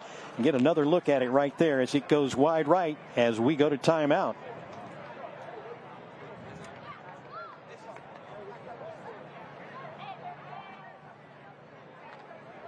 Well, maybe we go. Maybe we're coming back. Scoring drive. Our scoring drive for Highland Park. 7 plays, 28 yards, and a 7-yard run by Jay Cox capped it off. It was a drive that took 2 minutes and 7 seconds for the Highland Park Scots. Our drive recap brought to you by Stewart Partners Global Advisory, located where? Right here in Dallas. In Dallas, Texas. Not here in Irving, but right here in Dallas, Texas. I don't know if you noticed it, but the look of disappointment on Mike McAbee's face when Tansy missed that extra point, because he is in love saying, "Hadn't missed one yet all year." Well, so we jinxed him, I'm afraid. Here we go with Nick Regas to kick off. It's going to be a high end-over-end kick. And again, last time it was kicked, it was brought up the left sideline. It's going to be Smith again this time. They won't let him out of their arms this time as he'll be brought down right about the 20-yard line. And that's where we will see the MacArthur offense come back out onto the field. Let's take another look at that touchdown run just a second ago. Watch the pitch to Jay Cox early, but look at the 2 blocks right in front of him, Schrank and Herring. Offensive line does their job, but the receivers do it as well, and it gets Cox into the end zone untouched. From the 20-yard line, first down from the left hash mark. Cardinals will send 2 wide receivers right, 1 to the left side.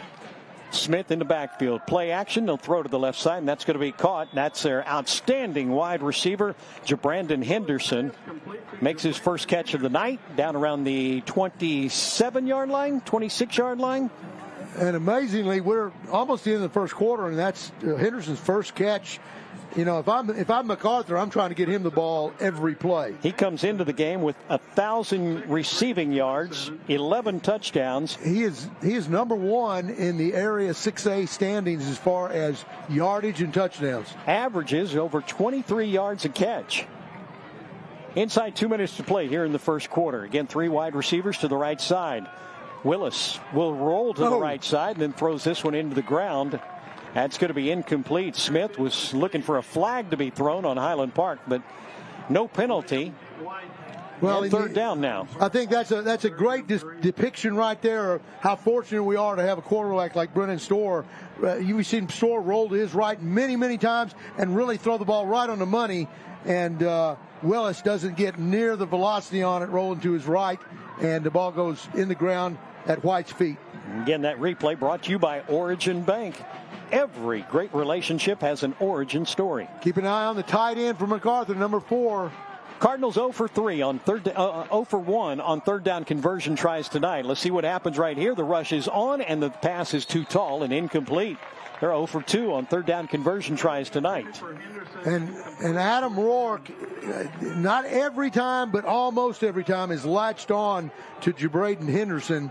They're going to, obviously, Coach Leidner and the defensive staff saying, we're going to put our best on your best and see who comes out man on man.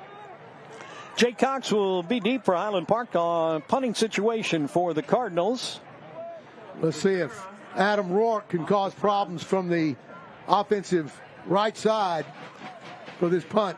Here's Albert Becerra to kick it away. He'll get a foot into it. It's going to be a high wobbler. It's going to be relatively short. Jay Cox with a fair catch and got tackled. And there's 15 more yards. It'll be added on to the end of it right there. That was Isaiah Nagacha who came in there and made the illegal hit.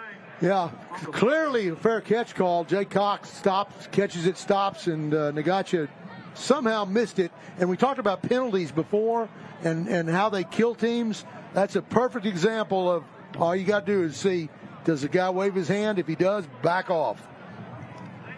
Flag came in there very quickly. And this will give Highland Park starting field position inside Cardinal territory. So you go from your own 48 down to the opponent's 37. Huge penalty against MacArthur. Scott's up 9-0. 1:23 to play first quarter. This will be the 23rd offensive play for Highland Park. And there's a pass, and there's a great catch. That's Jackson Heiss on that post pattern, makes the catch in traffic. That's Dimitri Frizzell on the tackle, but nice slant route right there. Faked the zone dive and put the ball right on the money. Great job by Jackson Heiss and Brennan Storr getting the ball there. 19-yard pass completion for the Scots puts them in the Shelby American red zone once again. Storr to throw. Out of the gun. Steps up. Now he's going to tuck it and run with it. Down inside the 15-yard line. That's going to be a 3-yard pickup. Julian Garza, middle backer, will get credit for the tackle. He was a first-team all-district performer last year. Case Pickelman doing a nice job out there at left tackle for Lawson Petty. Fan to the rushing defensive end wide. Gave Storr a little bit of a lane to run in. Scott's a little bit tighter formation this time. Still 4 wide receivers. Maroulis snaps it back. Storr has got time. Throws across the middle. This is Luke Herring. Herring busts the tackle. He'll get inside the 10 to the 5. Is he in there for the touchdown? Far side. Touchdown, Highland Park. Oh, what a 15-yard pass and catch, and a great run after contact by Luke Herring as he came from the left side of the field all the way across and scores into the right side of the end zone. Well, that tells you the offensive line is doing their job, because you can't run all the way across the field unless you got time to do it and get protection for the quarterback. And Maroulis and his crew up front gave Storr protection, and we got a 2-point play coming up. Touchdown brought to you by Bob Lilly Promotions. Here's the extra point. The throw into the end zone. Caught. 2-point conversion is good to Luke Herring. And that 2-point conversion brought to you by Brett Kennedy and Peter McGuire with Kensington Vanguard national title. Well, you don't see the Scots do that very much, but a little bootleg action from Storr. Looks to the right. That's the play before. It's a touchdown right there for the Scots. Exactly. See the 2-point conversion. Let's see if we got that as well. Scott's doing a great drive right there. Yep. That's good. Right. All right. Replay coming up on the extra point right now. There's Storr, fake the dive, bootleg. You got 3 receivers at different levels back in the back of the end zone for him to choose from, and he gets Herring the ball. Drive recap for Highland Park. 3 plays, 37 yards. It took only 1 minute and 23 seconds. And an 8-yard pass to Luke Herring is what capped it off. That drive recap brought to you by Stewart Partners Global Advisory, located not right here in Irving, but in Dallas, Texas. Here's the kickoff for Davidson Bogle Real Estate. That's going to go from the 15-yard line, and that's Darrell Smith out to the 25-yard line. So a 10-yard return, and he gets stopped out there by Barrett Denton, who is a special teams guru in addition to being a safety. McCollum on the tackle, cornerback as well. First and 10, Mac at the 25. 4 seconds to play in the first quarter. Scots up 17-0. Brown, Montgomery, Carlson in a defensive line for the Scots. Fourth offensive possession for MacArthur tonight. They've only run 9 offensive plays, trying to set up that little tunnel screen, and it is a complete pass out to Henderson. And that's going to take us to the end of the first quarter with Highland Park leading 17-0 over the MacArthur Cardinals in this 7-6A matchup.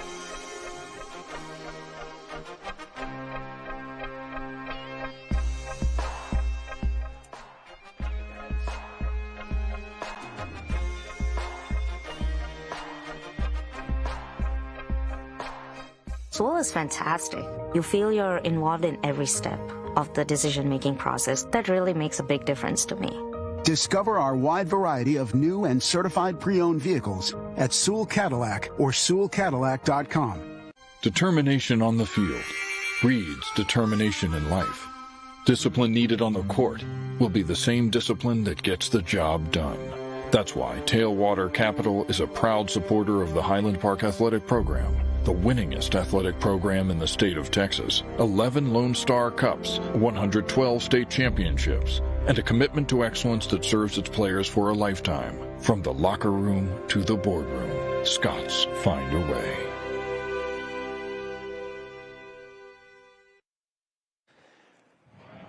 Ready for the second quarter to get underway. Highland Park with a 17-0 lead on the first play of the second quarter. This is going to be Smith, and he's got running room out on the outside.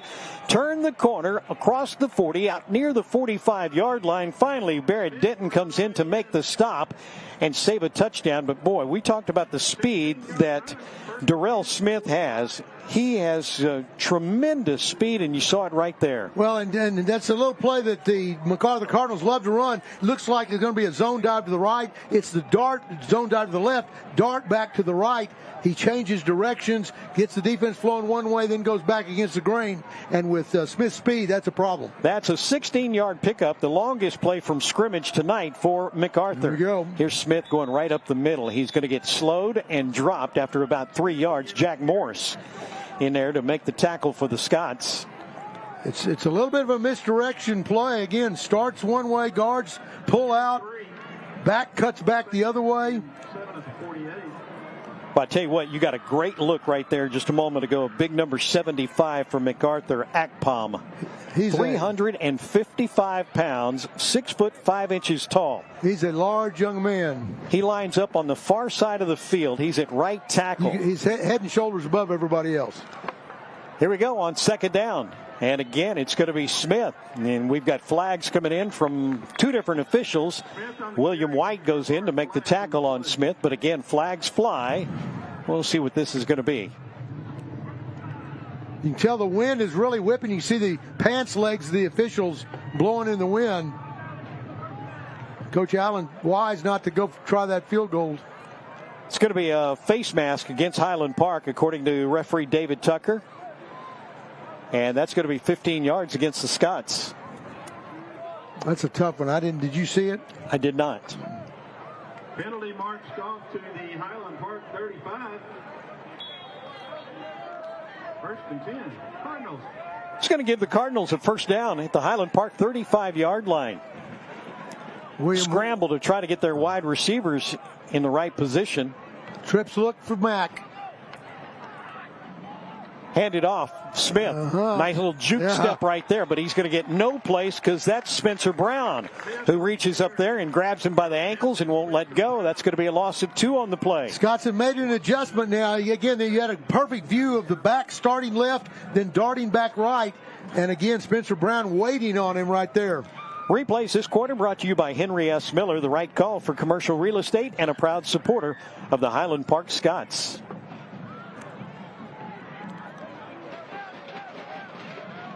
Second quarter action, 17-0. And again, it's that big offense as that's Jabrandon Henderson who jumped. He was out at the wide receiver spot left side, and he took a full step across the line of scrimmage. And Henderson just a junior, so he's going to be around for a while. Get a nice look at the referee, David Tucker, as he makes the call. Moves the ball back to the Scots 42-yard line. And again, one of those non-forced penalties that puts you in a hole that you don't need to be in. Scott defense need to find number 22 to the right side of the offense. Looks like Adam Rourke in coverage. It's going to be Walker and Simmons who split wide out to the left side. But again, Henderson off to your right side. That's the top of your screen. Pass into the flat near side. Caught. That's Tyler Littleton. And Littleton will take this all the way down to the 35. Charlie Barton is in there for the stop for Highland Park. Well short of the first down situation. 6 yards on the pass play makes it 3rd down 11. MacArthur continues to pull linemen out to use his decoys. Sometimes they'll lead the play, but other times they'll turn out as a decoy just to pull the defense with them.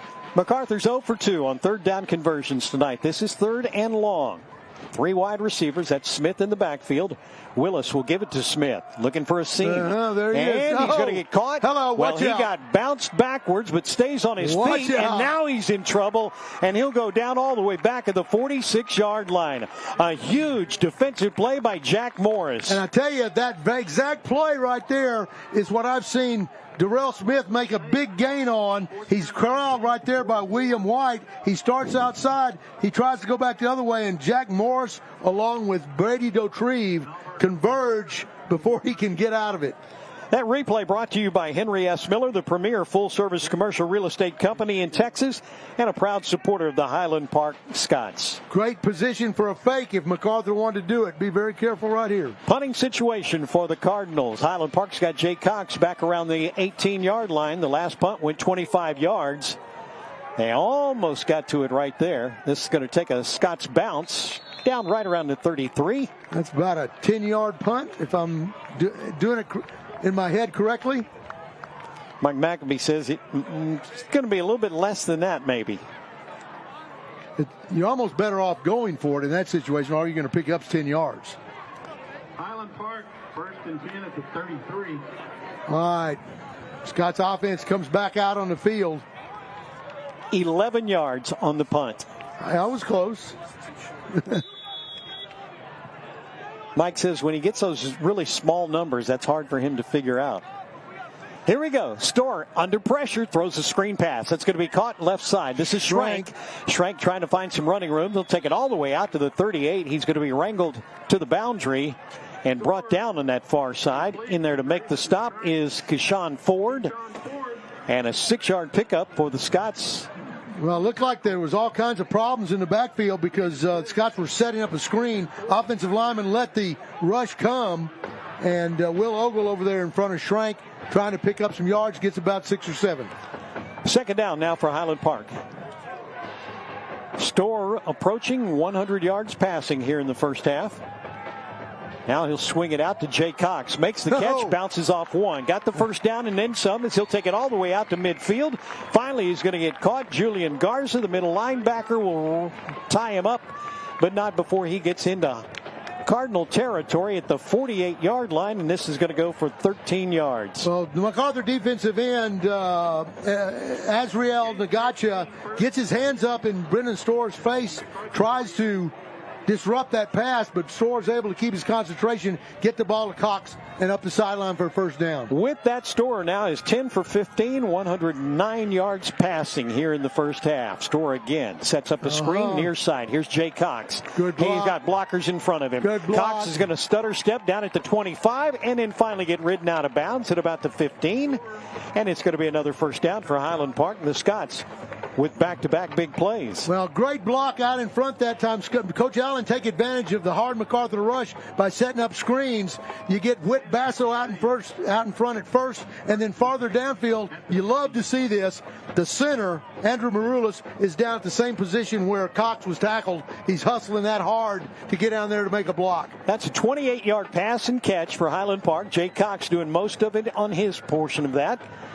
And Highland Park's got it just outside the 20-yard line. Fake to Jay Cox this time. Into Jackson Heiss in the end zone. That's going to be an incomplete pass. Pretty good defense played by, but we've got a flag thrown. This is going to be called pass interference, I believe, against the Cardinals. Yeah, I think so. That was number 27, Dimitri Frizzell, in coverage. And he celebrated a little bit too much and obviously interfered. It is going to be pass interference against the Cardinals. And there you got to look at it. Defender had his arm right around Jackson's back and was pulling down on him. That replay brought to you by your full-service commercial real estate company, one of the best in Texas. That is Henry S. Miller. First and goal.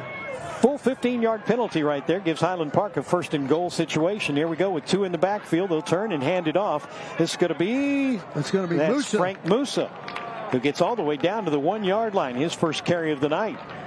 4-yard pickup for Frank. And a good 2 seconds after the play, Bo Lilly went flying into the end zone and comes up telling the official, hey, you had my face mask. You got to watch that. Quickly lines up again. Scott's there. You got a great shot of 1 yard to go for the touchdown. Cox and Musa again in the backfield. It's going to be a store. The quarterback, and he'll take it in. He got hit right at the line of the goal line, and he steps on into the goal for the touchdown. Brennan Storr gets his 4th rushing touchdown of the season. Our touchdown brought to you by Bob Lilly Promotions, supporting the Scots since 1999. Storr falling right behind big Case Pickleman and Will Ogle at left guard. Extra point for Kensington Vanguard. National title. Here's Tansey. Steele Tobin. Missed the last one. This one's up and on the way. Excuse me. It was not Tansey. It was Steele Tobin. Steele Tobin was holding. My mistake. We'll get a replay look at that coming up here momentarily. Tobin Steele was the holder. It was Tansey who did the kicking. Steele Tobin. What did I say? Well, I was just giving you his last name first. There you go. That's how you. Well, see, you have to understand. I grew up with most people calling me Scott Russell. There you go. There, I've got to. So it's payback time. It's payback. Yeah, exactly. The extra point was brought to you by Kensington Vanguard National title. We've misidentified Tobin Steele so much, we owe him a few. Scoring drive for Highland Park. 5 plays, goes 67 yards, and a 1-yard run by Brennan Storr. And it took 1 minute and 48 seconds to get into the end zone. That drive recap brought to you by Stewart Partners Global Advisory, located. I was waiting for everybody to say it together right here in Dallas, Texas. Kickoff for Davidson Bogle Real Estate. Nick Regas has it teed up. Keep an eye on Ethan Burton. Smith has been the guy that has returned all of the kickoffs so far. Let's see if they kick it to him again. Do not seem to be concerned about. They're saying, well, give us your best shot and we'll see if we can bring you down.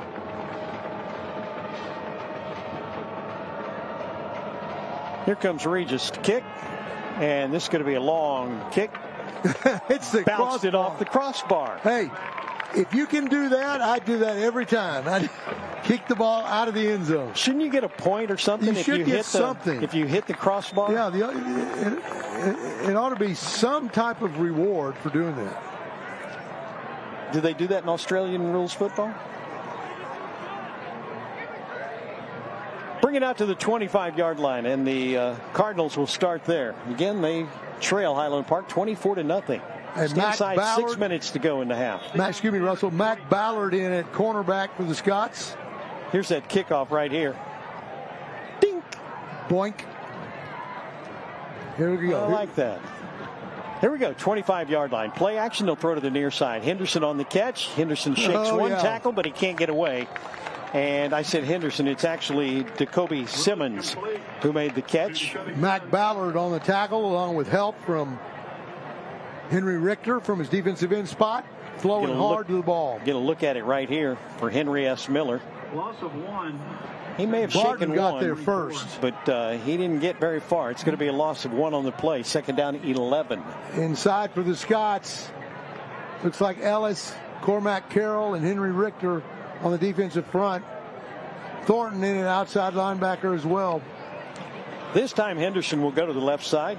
They'll send 2 wide receivers out right. Here comes a blitz off the edge. Coming after the quarterback. Has to throw it quickly. And Henderson juggles it, but can't hold on to it before he steps out of bounds. That's an incomplete pass. That's the classic run before you catch. He was ready to go, but he couldn't secure the catch. But how about that blitz by Highland Park? Yeah, they brought the heat from the offensive right side. Got right in Willis's face. You know, that's a cumulative thing. If you see it over and over again, you begin to expect to be hit if you're a quarterback, even when the pressure's not there. Carter Noonan checks in for Highland Park now. 3rd down and 11. Willis to throw. Looks right. Now pulls it down and scrambles. Throws on the run. Just gets rid of that one. And it's an incomplete pass. 4th down. And another punting situation coming up right here for the Cardinals. A nice pressure that time put on by defensive end Henry Richter, who makes play after play, seems like, when he's in there.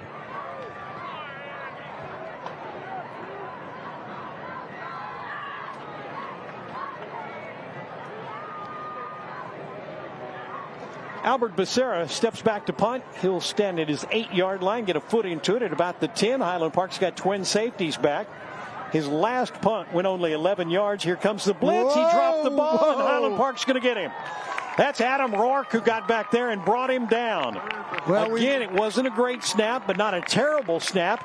Becerra can't handle it, and he gets tackled for a huge loss. And this, we talked about Adam Rourke lining up on the previous punt and putting pressure on. He was picked up on that one. This one, he explodes off the deep offensive right side. Let's see if we can get a look at this. Here we go. Rourke to your right. There it is. And you better not fumble the ball with Rourke bearing down on you, or he'll make you pay. That is a turnover, and it's brought to you by Dr. Heinrich of Hilltop Orthopedics and Sports Medicine on 1st down for Highland Park. Oh, yeah. And Jay Cox had to do a little searching, but he finds the seam and gets into the end zone for an 8-yard touchdown run. And great blocking up front by Whit Basso and by Case Pickleman leading the way. You'll see them here when we get to the replay in just a minute. Touchdown brought to you by Bob Lilly Promotions. And again, the extra point to come right here brought to you by Kensington Vanguard National Title. And let's be clear, Steele Tobin holding. And Tansey to kick. Kicks up and on the way, and it is good. We've got 4:49 to play in the half, and the Highland Park Scots now have a 31-0 lead. And we'll hold it right here through the break. And let's check in with Jay Ellis along the sideline. His report's brought to you by Willow Bend Mortgage. You're home for a way better mortgage. I'll get it out in just a second. Okay. Jay, help me. Yeah, I don't know if I can help you with that, Russell. I heard the comma earlier when you said last name, comma first. But Highland Park is winning all 3 phases of the game. You know, special teams are important. Adam Rourke has been a big part all year on that punt block team. And because he was in so quickly when the ball hit the ground on that deep snap, he was there to make the play, and the punter never had an opportunity to even try to execute the punt, which is fantastic. And Highland Park also in the kicking game to make a short field. It makes for quick points if you can have a short field like that, 8 yards on that possession, and the previous was, 50 or so. So they're hitting on all cylinders right now. Davidson Bogle Real Estate brings you the kickoff, and this is going to be a high end-over-end kick. And again, Regas will kick it out of the end zone. They'll bring it to the 25-yard line. That's his third touchback of the night. 4:49 to play in the half. Don't forget, coming up at halftime, we've got our player profile. And who did you have the honor to speak with this week?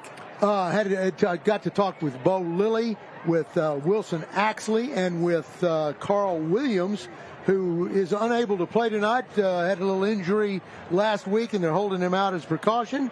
But although three of those guys had some great things to say, so if you have a chance, tune in at halftime and listen to three great young men, and especially Bo Lilly. All three great young men, but Bo Lilly described his 3 touchdowns last week. Here we go on first down from their own 25-yard line. Glendon Willis at quarterback, out of the gun, brings it down, throws it near side. This is going to be Simmons who makes the catch, but he's not going to get much as he's tackled almost immediately. Kyle Carlson is out there to make this first contact and drag him to the turf. Yeah, Kyle does a great job of flowing from an inside defensive end position to get out there and make that play with help from Hunter Thornton. Had him at first. Fell off, and then Carlson's there to clean up. Scott's defenders always can defend on each other to rally. Willis is 4 for 10 for 11 yards. Down to the offensive left, shadowed by Adam Rourke. Willis is 4 for 10 for only 11 yards passing. Here comes the blitz off the corner, and he's going to tuck it and run with it. And he gets clobbered at the 30. Clobbered at the 30-yard line. He does get positive yards. Kyle Carlson makes first contact with him at the 30-yard line, and it'll go for a 3-yard pickup for the quarterback for MacArthur. Well, MacArthur has no answer for William White. He comes on a stabber blitz from the offensive right side and really gets into Glendon Willis's visual lane, forces him up in the pocket, and when he does, Carlson's there to make the play. 0 for 4 on third down conversions, the Cardinals are. They've got third down coming up right here, and they need about 4. Let's see, get inside right now. Let's see if big Lewis Montgomery and Carlson can make a push up the center. Line to gain, the 35-yard line. Whistle and a penalty.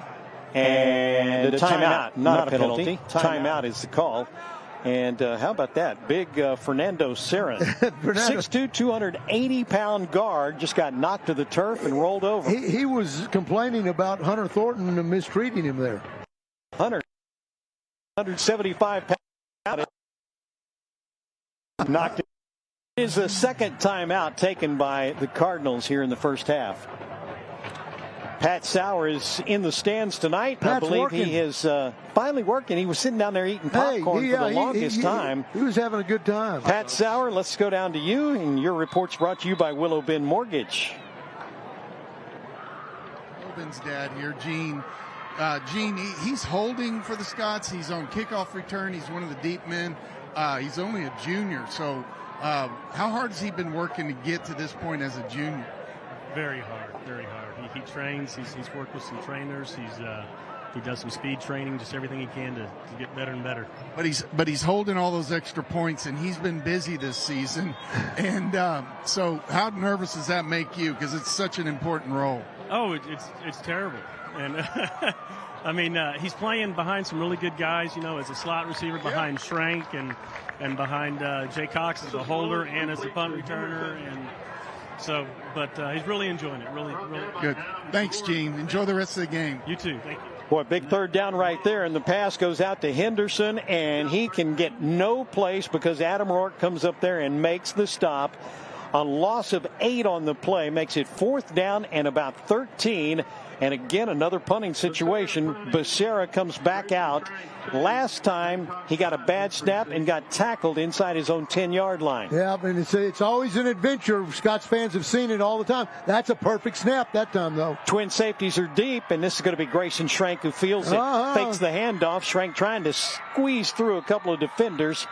Will pick up 1 or 2 yards. He is going to be tackled, and coming in there is Elijah McChester to make the tackle. I think the Scots were setting up a little reverse right there. They had 2 defenders deep, had Cox and Schrank, and it looked like they had planned to do a reverse, but then Schrank thought better of it.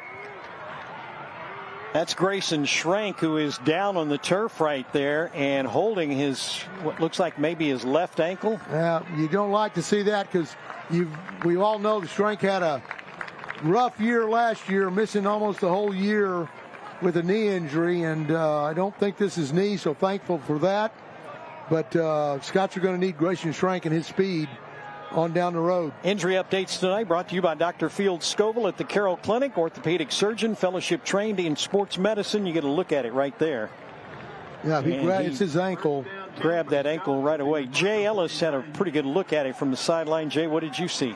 Yeah, I didn't see the injury. I was going to tell you guys, some might ask, why do you run a reverse or fake reverse on a punt return? But I tell you, that nice press box is full of scouts, and that gives them something else to prepare for. Here's Storr to throw on first down. Has Luke Herring, and Herring almost comes up with it. Wow. And then just about had it for a big touchdown catch. And I tell you, that was made possible by Jay Cox giving Brennan Storr just a little more time. He rides the defensive end, number 11, the Nagacha, out of the path of Storr. And, boy, that ball was maybe 3 inches too deep. A great throw by Brennan Storr, just a little long. Big plays, big part of the Highland Park offense. Coming into the game, Highland Park had 47 plays that have gone for 20 or more yards this season. They've had only one tonight. That was almost number 2. Here's second down and 10. Play action. Storr goes long again up the left side, and it's going to be an incomplete pass. Stumbled his way out there, and that was Colin Hale, the intended receiver. Just got tangled up a little bit with the defender, not enough to warrant an interference. But obviously Coach Allen wanting to go deep and put another one up before halftime. Yep, and going out there now is Herring, who with a fresh set of legs. Hale just ran that route. Let's see if Herring can get by the cornerback for the third time. 2 running backs in the backfield. Again, the play action. Storr this time, right side. It's caught. This is Jackson Heiss. Heiss down to the 30-yard line. He's got a first down for the Snow. Coming in to make the tackle right there is 19 yards. And that puts Highland Park over 200 yards of total offense. Minute 53 and clock running in the half. Scott's up 31-0. Highland Park still has all 3 of their timeouts. Storr rolls off to the left side, stops. Here we go. Slings this one downfield as a receiver. It's caught. Touchdown Highland Park. That's Bo Lilly who makes the touchdown catch. Oh, boy, Lilly's on a run. He had a little drought earlier in the year, but he is making up for it the last 2 weeks. 2 touchdowns on kickoff returns last week, a one-handed deep ball last week, and now this ball from Storr. He gets behind the defender and easily scores for the Scots. Touchdown brought to you by Bob Lilly Promotions. Our extra point is brought to you by Kensington Vanguard National Title. And Tansey will step in and split the uprights. And he is good. And that's going to make it 38-0 Highland Park with 1:37 to play in the first half. There you get a look at Bo Lilly as we go to break. The Scots with a big lead over MacArthur.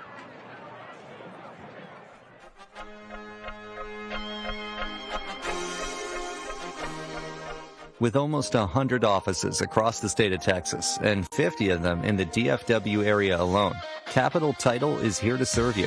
Made by Texans, for Texans. Capital Title is the largest independent title company in the United States. We are Dallas-born, Dallas-based, and family-owned. We support the Highland Park Scots.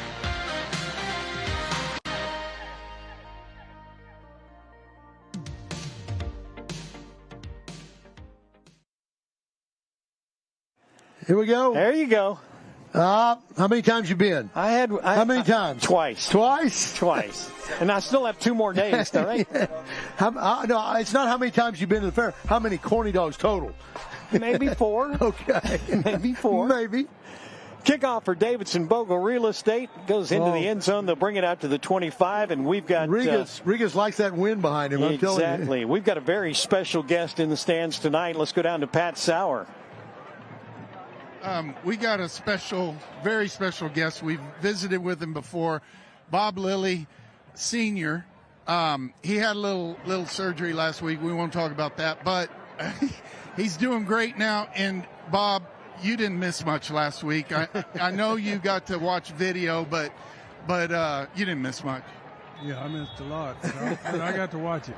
I got to watch it 2 or 3 times. Yeah, he got to watch the replay of that one-handed catch, and what a night. That was a lot of fun, wasn't it? It was great. Yeah, it was a great game for Bo, and I know how hard he's worked for the last 2 years. His daddy got one of the machines that throws the pass 70 miles an hour. There you go. And he made him learn how to catch it at 70 miles an hour. So. Well, he's part of a great receiver corps. I mean, these guys are good all across the board. Yeah. They got some great ones out there. I mean, they're just the quarterback does a great job. You know, wind, I know, kind of interferes like here tonight the first quarter, but the quarterback now understands. He's throwing those strikes now. Yeah. Well, it's good to see you here again this week. Thanks again, Bob. Enjoy the game. You're not going to ask him who's going to win Sunday? No, I'm not getting into that. I believe we've got an injury, and that is why we have stopped the clock. It's the quarterback who was shaken up. Our injury report brought to you by... We've seen a Wildcat look from MacArthur, and so you might have number 22 or number 1 at a Wildcat. We'll see. Number 2 might come in. He's also a backup. Kaleli Fly. Number 2. Fly comes in to play quarterback. He has carried the ball 31 times for 277 yards and 4 touchdowns. Has played a little bit at quarterback, but not much this season. He'll hand it off, and Smith trying to go around the right side. He's going to get caught just as he turned the corner by Hunter Thornton. Judge Ellis right there as well. You see 95 and 23. Coaches have made a point all week long of saying how the Scots have to set the edge. Right there you can see Judge Ellis setting the edge, falling off to make the play with help from Hunter Thornton. Great job, Judge. Kaleli Fly still in at quarterback.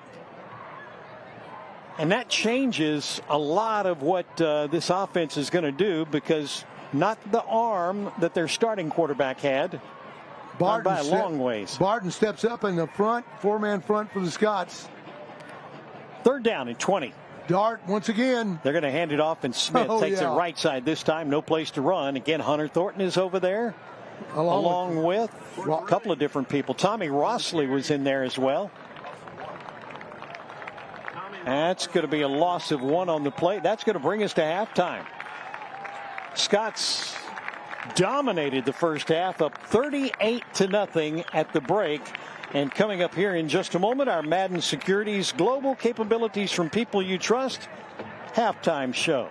Invite you to stick around. We'll be back with some of that halftime activities, including a look at the Highlander Marching Band right after this timeout.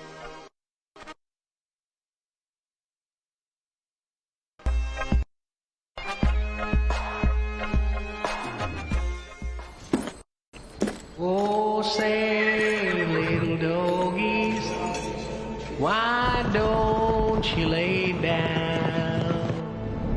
Lay down, little doggies, lay down. It's not just what we wear. We are Cavenders, and this is how we live. At a service culture, and I don't think there's anybody in our company that believes otherwise. Everybody understands that our mission is to take care of families. And I think what makes me the most proud is how many families and lives we have actually touched. We've been so impactful for so many people, and in different ways of their lives, in ways we couldn't necessarily anticipate.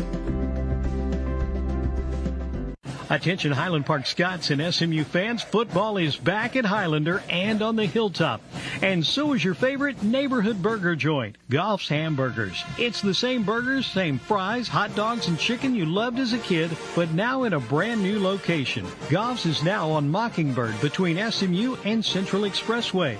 Drop in for that unmistakable charcoal grill taste. Host a private party in the back room, or hang out and enjoy the Highland Park and SMU memories hanging on the walls. Goff's Hamburgers, proud supporter of the Highland Park Scots. Conveniently Lovers Lane, and has served the Highland Park community for youth sports equipment needs since 1989. Whether you're looking for soccer, football, basketball, baseball, volleyball, or lacrosse equipment, they carry it all, and they take pride with specialists in each sport, and in many circumstances, you'll be helped by a current Highland Park athlete. Go Scots!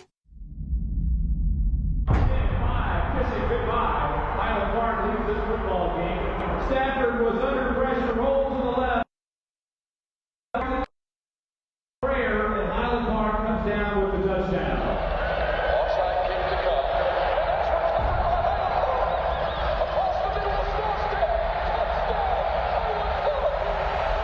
The game is over. Highland Park has won the state championship. Halftime show brought to you by Madden Asset Management. And at the break, the Highland Park Scots up 38-0 over the MacArthur Cardinals. And you see the Highlander Marching Band out on the field right now. We'll pause and watch the band perform here at Ellis Stadium in Irving.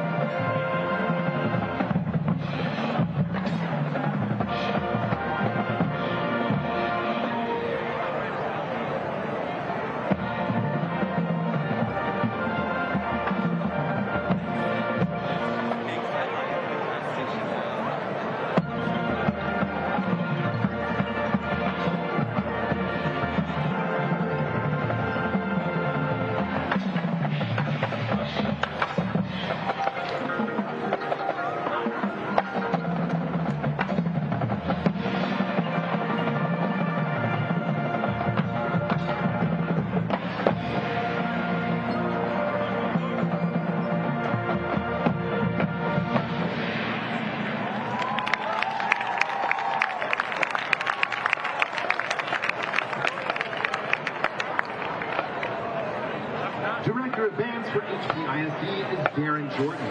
Associate band directors are Lisa Stiles and Keone Cunningham. Color guard directors are Danny Martinez and Declan Winter. The Highlander Band would like to thank our 2022 sponsors. Season sponsor, Whisk's Cheese Crisps, America's favorite Parmesan cheese crisps. Section Circle sponsors, Dr. Bartley Mitchell, Property Tax Funding, Adelpha, and Curtis Capital Partners. These sponsorships provide much-needed funding for our award-winning band program, and the Highlander Band thanks you for your support.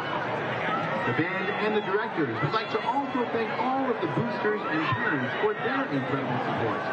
And the Highlander Band would like to wish the MacArthur Band the best of luck, and we hope that you have a great marching season. The Highlander Band dedicates its 2022 marching season to the life of them.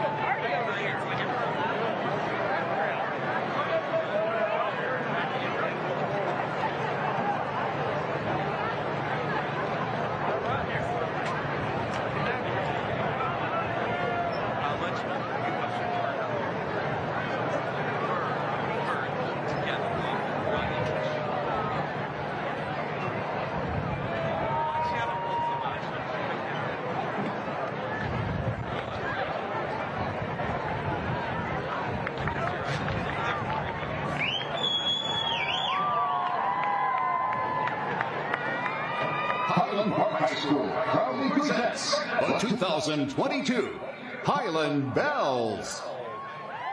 Lieutenants from left to right are Greer Dunstan, Shelby Sides, Addison Renfro, Logan Perrette, and Sophie Bishop.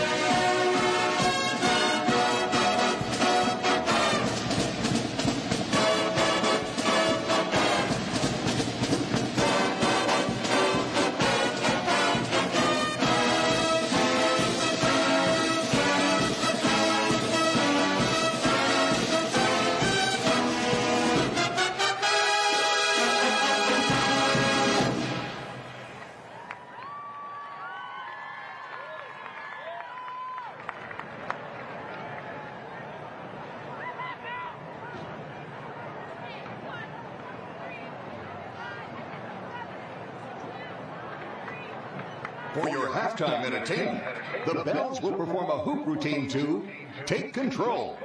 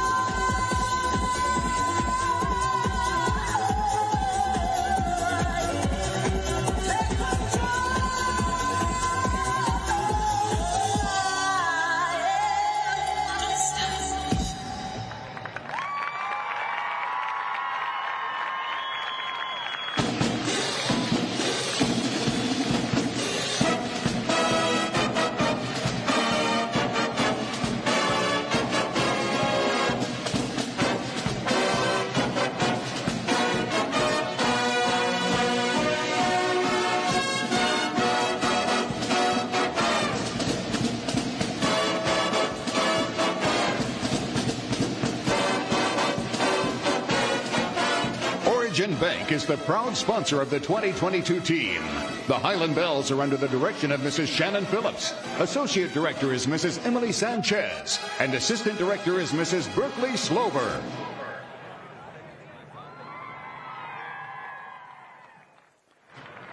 A great performance there by the Bells and by the Highlander Band as well, as we welcome you back into halftime. 38-0, Highland Park with the big lead over MacArthur. We've got some highlights to take a look at from the first half of tonight's game, half in which Highland Park rolled up 247 yards. They got the field goal right there to get everything started. There we go. The defense doing a great job. William White stripping the ball from Smith. And the Scots turn that turnover into 6 points right here. Jay Cox up the left side. And Highland Park with the touchdown run right there.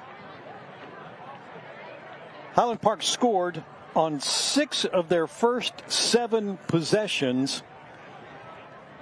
And they scored on touchdowns on their last 5 possessions of the first half. There's the quarterback, Brendan Storr.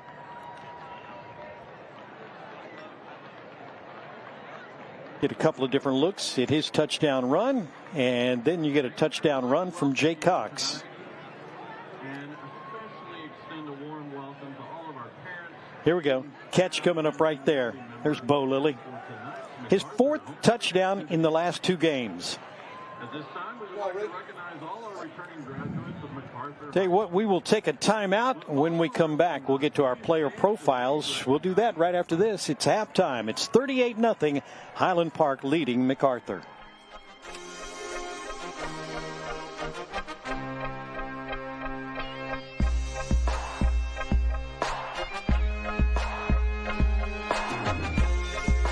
School is fantastic. You feel you're involved in every step of the decision-making process. That really makes a big difference to me. Discover our wide variety of new and certified pre-owned vehicles at Sewell Cadillac or SewellCadillac.com. We see you, early riser, paying the price, making your move. We see you because we are you. Entrepreneurs banking entrepreneurs. As one of the few Texas banks participating in the Main Street Lending Program, Vista Bank is helping small businesses put America back to work. Isn't it time you join the over 1,500 new PPP clients and make your move to a bank that hustles as hard as you do? Vista Bank. People first. With almost 100 offices across the state of Texas and 50 of them in the DFW area alone, Capital Title is here to serve you. Made by Texans, for Texans. Capital Title is the largest independent title company in the United States. We are Dallas-born, Dallas-based, and family-owned. We support the Highland Park Scots.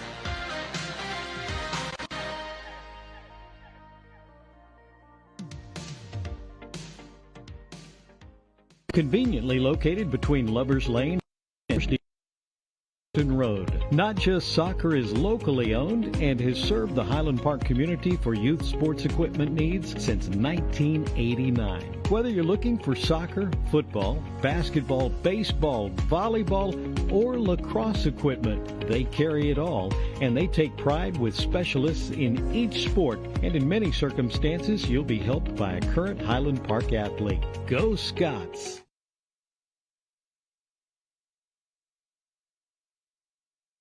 Welcome to the 2022 edition of the Highland Park Scots Player Profile. Each week here at halftime, we'll be joined by 3 or 4 of the Scots' key contributors to hear their thoughts on the season and that week's upcoming opponent. Tonight, as the Scots travel once again to Ellis Stadium in Irving for a matchup with the MacArthur Cardinals, we're joined by 2 of the huge offensive weapons for the Scots this year, along with the defender who has gotten better and better with each passing week. They are slot receiver Bo Lilly, running back Wilson Axley, and safety Carl Williams. Guys, thanks very much for being with us. Well, guys, you're coming off a 51-6 shellacking of Irving Nimitz last Friday night at Highlander Stadium in your homecoming game that pushed your record to 7-0. Before I get into the football part of it, I'm always interested. Does the homecoming part mean much to y'all, or is that mainly for the people in the high school and a lot of and you guys? It's just another game to you. We'll start with you, Bo. I feel like for the offense, it's just another game for us. That's pretty much what everything is, especially when we go back in for halftime. We refocus in, we get our game plan, key when it will be long or there might be distractions. We make it known that like we need to we make it a key factor to focus in and make sure we aren't distracted. But this game, the halftime went pretty long because we came back out and they hadn't even done the homecoming queens yet. So it was a little bit of a factor, but I think we locked back in really well. And it's I would say, to answer your question, it's more for the student section. Right. And Carl, from the defensive standpoint, would you agree with that, or it's okay either way, but you have a little different take on it? I mean, I agree with most of what he said. We really just try to treat it like any other game. We try to just do what we do week in and week out, and just really just focus on us each and every game and not on the circumstances around it. Right. And Wilson, as a junior this year, I mean, tell me what it's been like as a junior jumping into into a key role for the Scots offense, as we move forward. Yes, sir. So, I mean, it's been surreal, first off. But yeah, this past off season was huge. Just kind of coaches have done a great job of getting me prepared, and I know obviously with these other guys too, getting them prepared. So, right. And have you? I talked not long ago to Coach Gibbs, and he was saying that you were a slot receiver or some type of receiver until a year ago. Yes, sir. So in playoffs, they moved me from slot receiver to running back last year. And so I got to play some running back in playoffs last year. In that first game of playoffs, I got to play some. Right. And what did you get from that? Well, I just got that I needed to put on some more weight to play running back. Obviously, I knew this past off season was going to be huge, and that's really right. Well, going up against a team last week like Nimitz and maybe a few games before that, when you guys are going up against a team that is struggling, how do you maintain your intensity in practice and keep your focus where it needs to be rather than maybe playing down to their level a little bit? How do you do that? Or, how do you, as leaders on the team, how do you get your teammates to do it? Bo, we'll start with you. Well, I mean, Coach Allen really sets the tone at the beginning of the week. He comes in and goes, this isn't going to be a week where we're going to slack off. We're going to focus in. And he tells us that even though the teams might be struggling, we're going to focus in on ourselves and and continue our momentum and not slow down at all. And it kind of rebounds through the ranks of the leaders like PC. We have a PC meeting. He talks about keeping the energy up, keeping the energy going, focus strong, and it just rolls down. And I feel like the weeks that we've played against struggling opponents, we've had just as much momentum, if not more, just as much focus, because we're focusing on ourselves more this week. So, yeah. How much responsibility, it seems like that you guys really take it to heart, what he's saying, that it's up to you to make sure that your intensity is where it should be. I mean, do you think most guys take it to heart like you obviously do? Yeah. Our whole team does. Yeah. We make it, like I said, I mean, the PC meetings, he makes it clear to us. He's been making it clear to us. And it's been made clear to us ever since we were sophomores and we saw the seniors telling us to lock in. The tones have been set long ago. It's basically the tradition here. Right. And Carl, how about from your point of view on the defensive side? Same type deal? Pretty similar. It's every week we're really just competing with ourselves to be the best. Obviously we look at the opponent, we watch film, but our emphasis is on ourselves and being the best we can be. Right. Well, you've done a great job of that back in the secondary this year. And Wilson, again, you coming into this as a junior, how much does it help your teammates that are juniors to see the type of leadership that you get from not only the coaches, but these guys like this on the player committee as well? Yes, sir. So, I mean, something that Coach Allen emphasizes is that good teams, coaches lead, and great teams, the players lead. And I think the players have done a great job, especially, I mean, they set the tone right after last year we lost. They set the tone. They get us all together and they say, this is how we're going to do it. There's no coaches in that meeting room. And so they set the tone right off the bat. And so we're off rolling. Right. Well, you've all done a great job. All three of you guys, have had to fight through some injuries to get to where you are. And that's just part of football. But I think it really changes your perspective sometimes. Carl, we'll start with you. Tell us what you've had to fight through and are fighting through right now. Yeah, well, last week I got a mild concussion, so I won't be in this game. But being out just really makes you appreciate the opportunity that you have to go out and play. It really is special to play at Highland Park. And when you can't do it, you just really miss it. Right. And you had some type of, a broken collarbone? Was it last year or your sophomore year? That was back in middle school. That was a long time ago. Okay. Yeah. A while back. But did it keep you out? Yeah, I missed the back half of the 8th grade season, so that was never fun. It was just another thing where you realize how lucky you are to get to play at Highland Park. Right. And as I understand and read your bio, you grew kind of quickly. Is that right? Yes, sir. You're one of the bigger kids. Did you ever think you'd be a lineman? No, I did not. Didn't want to go there, huh? No, sir. All right. And Bo, we'll move over to you. Tell us about what you had a rough year last year. And I know, and even some injuries since then. Tell us what you've had to fight through and overcome. Well, I've had a couple. I had one freshman year with my AC joint in my shoulder. And then last year, spring ball going into junior year, I had a stress fracture in my back. And then this year for spring ball, I had a pulled hamstring from track. So I've missed both spring years, which wasn't great, but still, just like Carl said, I mean, injuries suck, but they really make you, they make you appreciate the opportunity you get to play. Every snap you get to play, every practice you get to play. After that, you have an injury, it's like it magnifies it, and it just shows you how grateful you should be to have that opportunity. And it just makes it more fun, to be honest. Be out on the field, be in the halftime, to be Monday practice, Saturday practice, whatever it is. It's just, you just enjoy it. Did you, before all this, did you kind of dread and I get to go to practice and I'm healthy? Yeah, I mean, powerlifting, Scott Maker, and track in the same day, it's not fun. Yeah.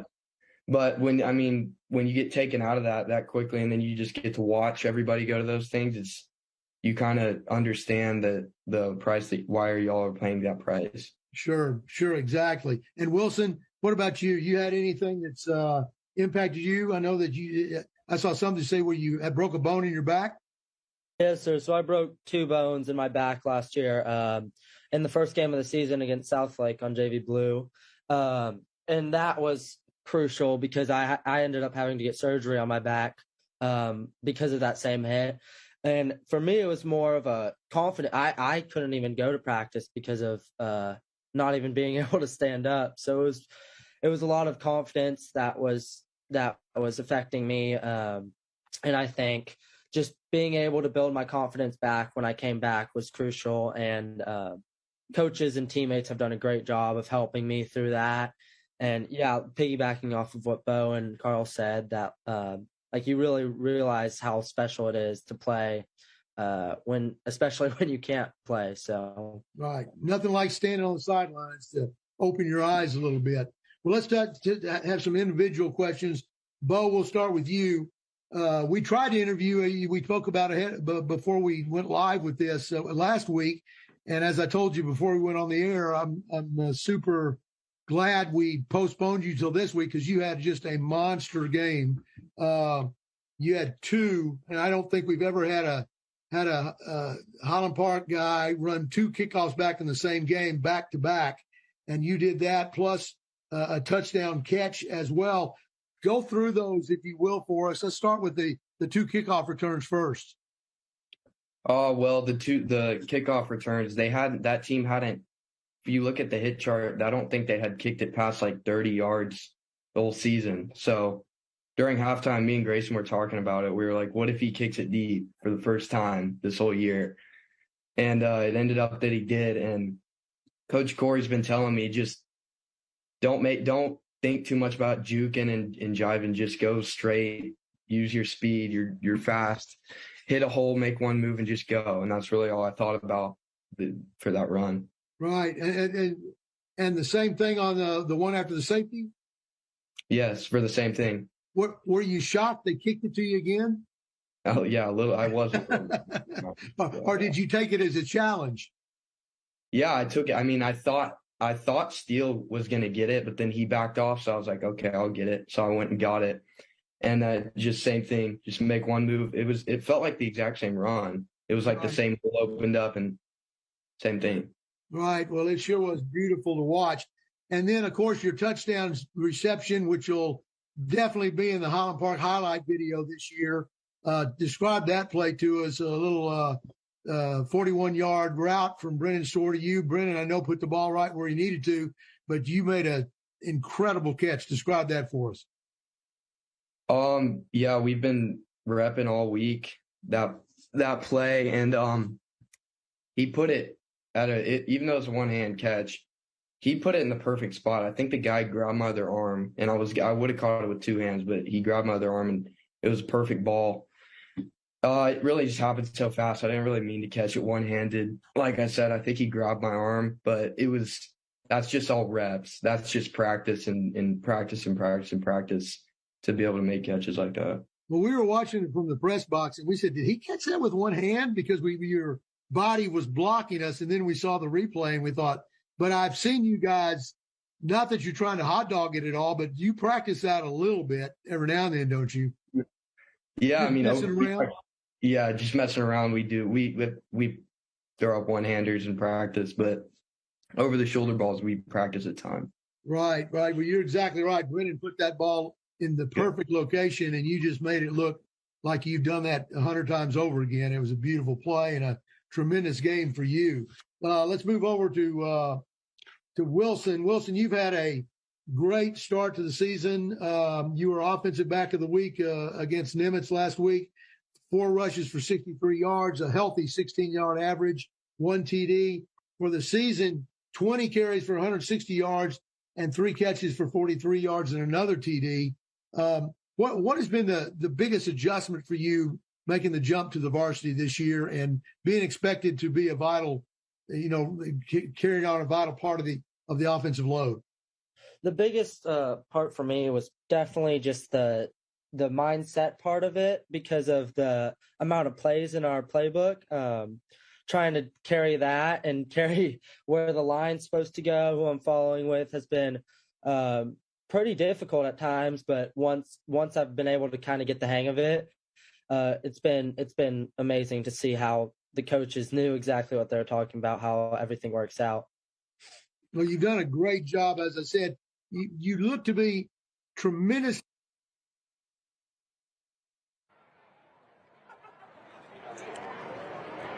Back on our halftime show, brought to you by Madden Asset Management. And again, thanks to Jim for our player profiles. And always fun to listen to those guys talk and just the maturity and their thoughts and their outlook on football and life and everything that goes along with it. I'm getting a complex because they sound so much better than I do that all my buddies, salesmanship buddies, are pointing out by text, going, why are you interviewing these guys? They ought to be interviewing you.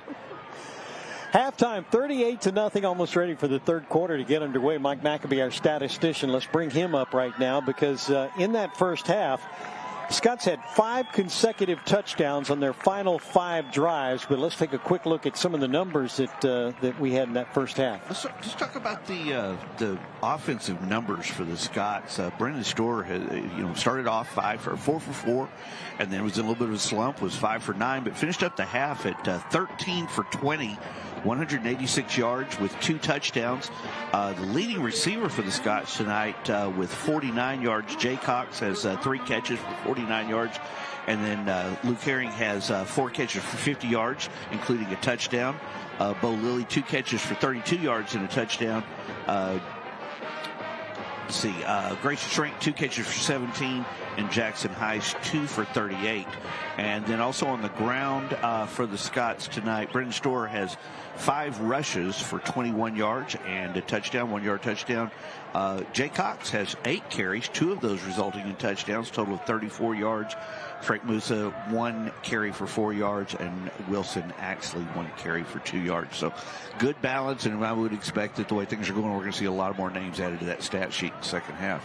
Jim, what do you think about the second half? What do you expect? Well, I'm thinking Coach Allen probably let the starters go maybe 1 or 2 more series and then start filtering in the backups. Obviously, 38-0 lead's a good start for the half. I'm sure they'd like to get 1 more. And again, what you want to try to do, and Scott's coaches talk about this all the time, is you want to work on where you need to be if you want to have a deep run in the playoffs. It doesn't matter what MacArthur does. It matters what you do as far as competing with yourself to be the best you can be.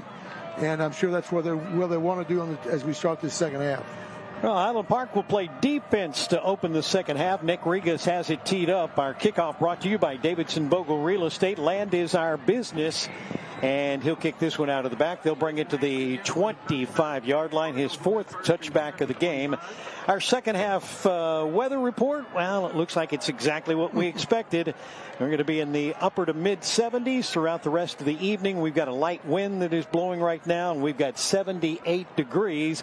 Our halftime weather report brought to you by New York Subs, a winning tradition since 1974. You can even get Peggy Sue's Barbecue to go, as Peggy Sue's is conveniently located inside New York Subs.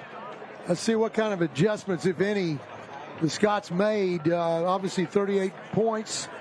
You obviously are doing something right. So let's see if they stick with it or do something else. Looks like number 2 still at quarterback. Kalele Fly. Fly steps in there out of the shotgun from the 25, gives to Smith. Running play, first play from scrimmage, and Smith uses that speed to turn the corner across the 40 to the 41. Brady Dautree will run him out of bounds there, but not before he picks up a first down on the first play of the third quarter. This is an offense that came into the game averaging 385 yards a game, averaging 40 points a game. They have 29 yards of total offense and no points through 2 quarters and 1 offensive play. Does that say something about how Coach Leidner and Coach Eason's group is playing? By the way, lights out. That 29 yards includes a 17-yard run just a moment ago. Here's the quarterback. He's going to keep it himself. This is Fly around the right side, and Fly's going to get clobbered, but he'll pick up almost 8 yards. Judge Ellis steps in there to clock him at about the 48-yard line, and that's a 6-yard pickup for the quarterback. Judge Ellis does a tremendous job right there of shucking his blocker, getting to the heel line of the blocker where the offensive blocker set his heels originally, and then turning and running flat down the line to make the play. Second down at about 4. Just underway with the third quarter. Highland Park with the commanding 38-0 lead. Up front for the Scots, Ellis, Cormack, and Richter. Fly's going to fake the handoff. No, he will give it. Nope. And that is going to be Smith, who won't get back to the line of scrimmage. He'll be stopped just short of it. And Charlie Barton is in there on the tackle. Also coming in for Highland Park to help out is Wes Giese. And the 2 of them combined for the stop. It's going to be third down at about 3. It was a pickup of almost 1 full yard. Scott's cornerbacks are really doing an outstanding job this year of coming up and forcing on the run. Giese's done that. Adam Rourke obviously does that. Ethan Burt is excellent at that as well. And that's not always something you see out of cornerbacks. They want to cover, but sometimes they don't want to come up and do the dirty work. But the HP cornerbacks are always there. Cardinals 0 for 6 on third down conversions. Fly will keep it himself, and he's not going to get it. They're 0 for 7 on third down conversions now. 0 for 7 on third down conversions now. And that's going to bring up fourth down and short yardage. Charlie Barton coming up right there. Does a tremendous job setting the edge. And that's Giese again. You see Giese making that hit on number 2. And we just waved to Wes Giese's granddad sitting down one deck below us here. They're going to go for it on fourth down and about 2 from midfield. They're 0 for 2 on fourth down conversion tries. Here comes a blitz off the, and they're going to get him. He's not going to get there. Smith is not even going to get back to the line of scrimmage, or if he did, just barely. And Jack Morris and Tommy Rossley step up there and clog things up and stop him from getting it. You get another look at it right there. Look at that. Cormac Carroll not going anywhere. Boy, they did a nice job of just filling that gap and not letting him go any place. Our third quarter replays are brought to you by Harris Orthodontics. They know how to tackle crooked teeth. Scots have found the formula for stopping short yardage situations. They found in that Louisville game, applied it right there, went low. Fifth time Highland Park has started at midfield or better, and this on first down is going to be a pass play out to the right side. Jackson Heiss will go up the right side and almost got the first down there. He's going to be taken down by Odemi, and it's going to be a 9-yard pass and catch. Can the Scots right there pull everybody to the left, and then Shore turns and quickly fires it to Heiss. Second down and short yardage now for the Scots. Heiss will go to the right side. They'll send two receivers. That's Herring and Schrank wide to the left side now. And hand it off. Frank Musa is going to try to turn the corner. Does so, picks up the first down and then a couple of extra. He's all the way down to the 38-yard line before Ford finally comes in and makes the stop. And that's a 3-yard pickup. Move the change for the Scots again. Scots are running the stretch play to the left side. Musa does a nice job to weave around the outside Blacker defensive end and able to pick up a yard or so. Storer again out of the gun. He's got two in the backfield with him. They'll stand to either side. That's Axley and Musa. And Axley's going to get the handoff around the right side, and he's going to plow his way down to the 31. Great vision by Wilson Axley. Play designed to go outside. He sees the hole up inside, takes it, picks up a nice gain. Not pretty impressive for a kid who was a slot receiver up until this year. Well, and did he say broke a bone in his back last year? Broke a bone in his back, so that limited his playing time, obviously, but then now to switch to running back and run with that kind of authority is impressive. Andrew Maroulis snaps the ball back. This is going to be a handoff to Axley. Axley up the right side will tip his toe past a couple of defenders and get all the way inside the 10-yard line. Another big play for the Scots and a first and goal to go situation. You know what I love about Axley? He doesn't take the easy out of bounds route. Watch him right here. Dodge one, dodge two. Nope, not. There's three. And there's about four guys made a shot at him, and Wilson dodged all of them, getting the Scots down inside the 10. Wilson actually on the run right there gets 24 yards and a first and goal situation in the Shelby American red zone. Handoff goes right side. Wilson actually touchdown. An 8-yard touchdown run for Wilson. I don't think anybody touched him up front. That's got to be Maroulis, Basso, and Sweeney doing a great job. Let's see right here. I mean, there's nobody there, and that's where you use the running back, go back and find those offensive linemen. Pat them on the head and say thank you very much, just like that. Touchdown brought to you by Bob Lilly Promotions, our extra point for Kensington Vanguard national title.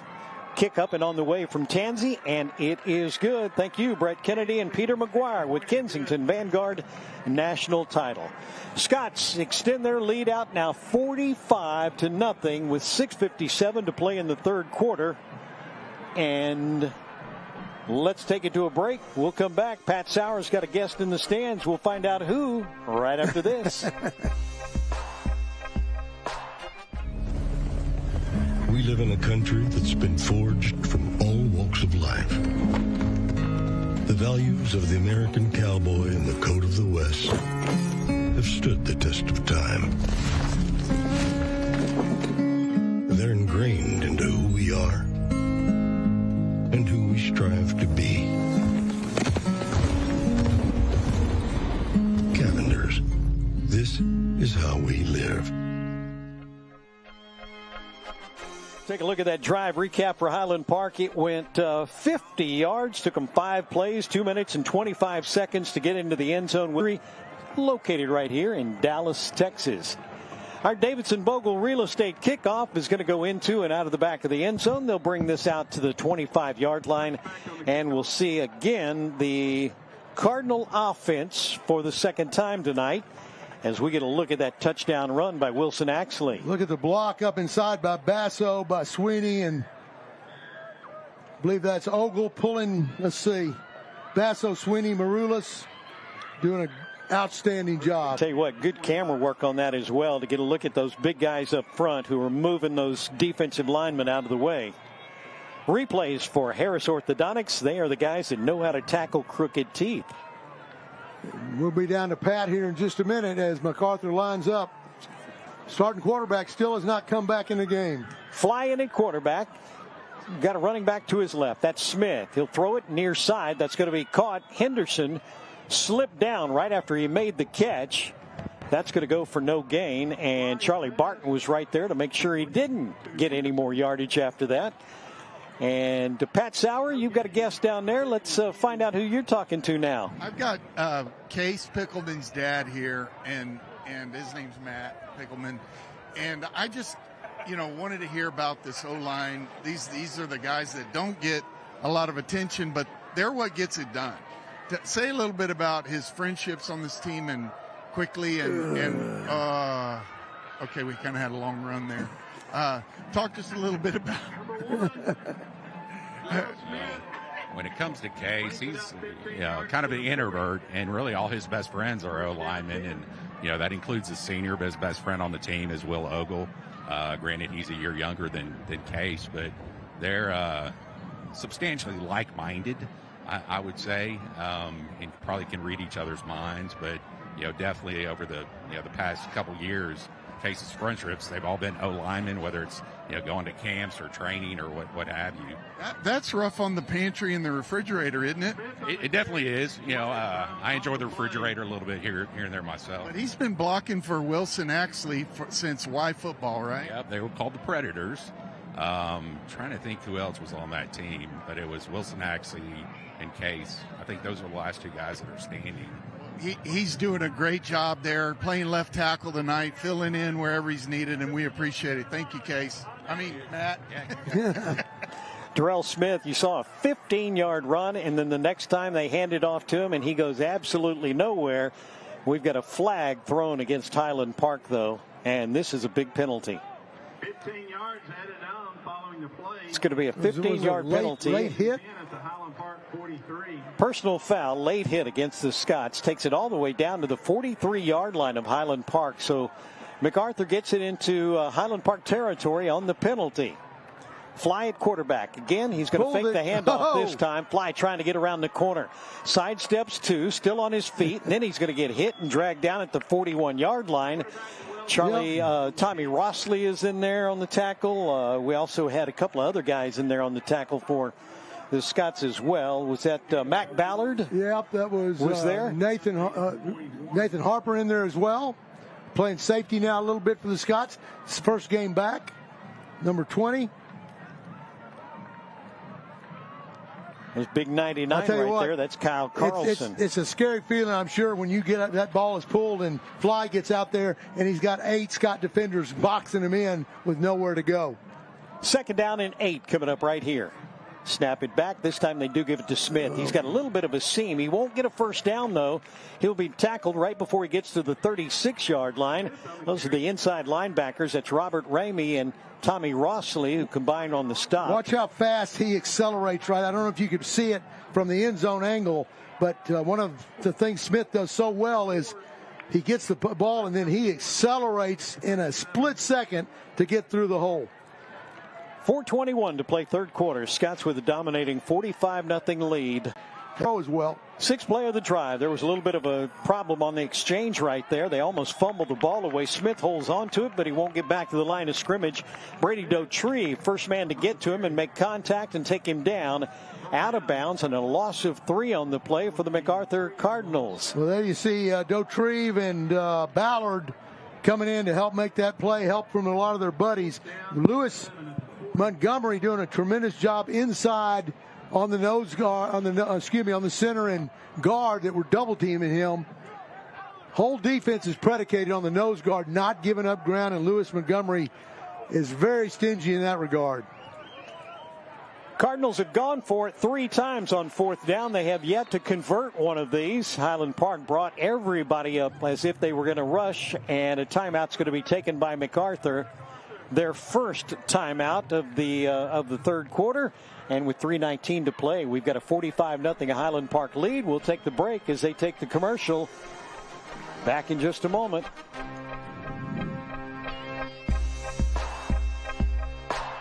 Attention Highland Park Scots and SMU fans, football is back at Highlander and on the Hilltop.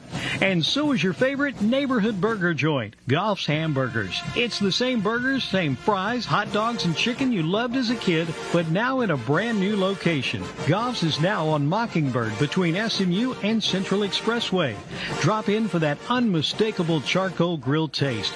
Host a private party in the back room, or hang out and enjoy the Highland Park and SMU memories hanging on the walls. Goff's Hamburgers, proud supporter of the Highland Park Scots. 4th down coming up right here. The Cardinals calling a timeout. Highland Park's going to shift their defense, and Highland Park brings everybody up on that defensive line. We got both backers ready to plug. Here they come. Split 6 defense right there, and here they come after the quarterback. He throws this up for grabs. It's going to be intercepted. Picked off at the 20. Brady Dotrieve has it. He'll bring it out to the 30, 35, 40. Still on his feet at the 50. Brady Dotrieve comes across the field, and he is off into the end zone. Touchdown. That's going to be a 70-yard interception return for a Highland Park's Brady Dotrieve. Well, if you're going to get Brady Dotrieve down, you better fully get him down, because he returned that ball for about 15 yards, refused to go out of bounds, spun out, and is able to sprint the final 60 yards with MacArthur trailing behind him. Tommy Rossley limping off the field right there. Let's hope he's going to be okay. But how about that for Brady Dotrieve, his first interception of the season, and he returns it for the touchdown. Well, look at the pressure being put on by Carlson, and I believe that was Spencer Brown. But right here, MacArthur thinks he's going out of bounds. Nope. Here's the extra point, up and on the way. Tansey splits the uprights right there. That turnover, by the way, for Dr. Heinrich of Hilltop Orthopedics and Sports Medicine. Thank you, Dr. Heinrich.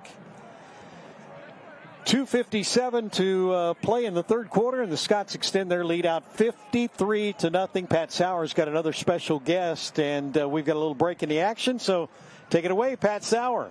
Scots fans, I've got a really special guest. This is Gary Hammond. He's a good friend of Coach Allen's from SMU. But more importantly, tell us about your grandson. Oh, Weston Geesey. He's the best little cornerback in the world. Coming from a grandpa, wouldn't you expect that? Hey, that's what you got to say. That's your job. That's what you do. I hear you. He's great. He's a great kid. He's aggressive. Just a really good football player. And I'm excited that he's playing here as a junior. Well, the funny thing is he's number 12, and his best friend is another number 12. There's a little difference in height. Tell us about that. Yeah, Warren is about 6'6", and Weston is about 5'8" or 9", and they're best friends. They both wear 12, and don't know how that happened. I have an idea that Weston got 12 because that was my high school number. But there you go. That's a great number. Pat, it was a great number. But ask Gary about his football career too. He's a great kid. And tell us a little bit about your football career. Well, I played I went to SMU and graduated in '72 and was drafted by the Jets. Was there, blew a knee the first year. Was basically traded to the St. Louis Cardinals, where Don Coryell was coaching, and happenstance Don Coryell was coaching the East-West Shrine game that I played in, and that was a game where he let me play quarterback, running back, and wide receiver, which is what I played in college, and I was MVP of that game. Nice. And I guess that's where the Jets saw me and drafted me. But anyway, I ended up at St. Louis, played 4 years for Coryell. It was fun. Had played with some great players. I mean, Jim Hart, Jackie Smith. I mean, I can name you some that are fantastic football. That's very impressive, considering back then when they you had a knee injury. They just took parts out. Yeah, they did, as a matter of fact. Gary, thanks a lot. I'm going to let these guys call this game. Okay. Thank you. Appreciate you, Pat. I can listen to him talk for a long time. Great stories. MacArthur with the ball. They get all the way out to the 33-yard line. That was Jabrandon Henderson. And second down. 7 yards on that play just a moment ago. Well, Henderson, how fast can he get around the corner? I mean, he is impressive. Again, he's 1,000 yards receiving this year already. Willis back. This time, play action. They'll throw back to the right side. It's going to be caught, and I believe that is Amarius Walker who made the catch on the far side. And back into the game is that Glendon Willis back into the game? Glendon Willis back in the game. He went out back in the first half, and he missed quite a bit of action. But that's a 6-yard pass completion, and it does extend into first down territory, so they'll move the chains. Well, if he's not going to hurt himself anymore, he's going to help MacArthur being back in, because it was obvious that Fly was not near the passer that Willis is, so he's back in the game for the Cardinals. With that complete pass, they are now a -3 in passing yards for the night. They'll throw this one away just to get rid of it. He hit the coach in the gut on the sideline. Is that Coach Nicholas thinking he's going to run down there and Willis score a touchdown? Willis threw a bullet. He said, "These guys are chasing me all over the field. Here, you take this." Here's a replay. Let's get a good look at the throw. Watch this. Hello. Got it.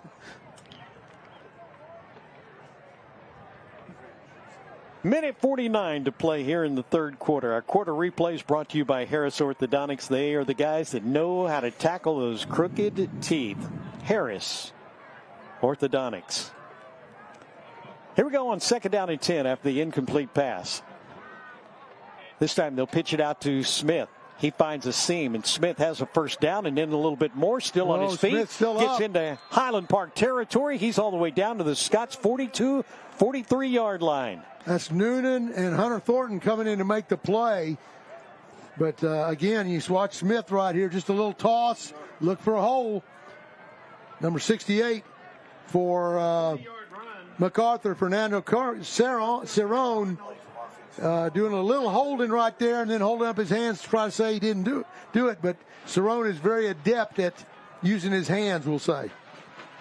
From the 42-yard line, that was the longest play from scrimmage for MacArthur tonight. Pitch goes to the slot receiver. Littleton will turn it upfield. He's very close to that first down marker. He's going to be just a little bit shy. Got a couple of different people coming in to make the tackle for Highland Park. Ballard, one of them, not on our charts because he'd been hurt, but Ballard along with Harper. It's going to bring second down. Short yardage now for the MacArthur Brahmas. Excuse me. You grew up in San Antonio, didn't you? Anybody's lived in San Antonio knows. I had a flashback to San Antonio suddenly. I said only people in San Antonio would know that. Second down. Oh, my goodness. Daniel Turner in the game for the Scots. There's Smith. He's going to break this one into first down territory, but we're going to bring this back because I think there's going to be a holding call. Robert Ramey and Sam Morris were in there on the tackle. Stops the clock with 43 seconds to play here in quarter number 3. In the game. Excuse me. It's going to be a face mask against the offense.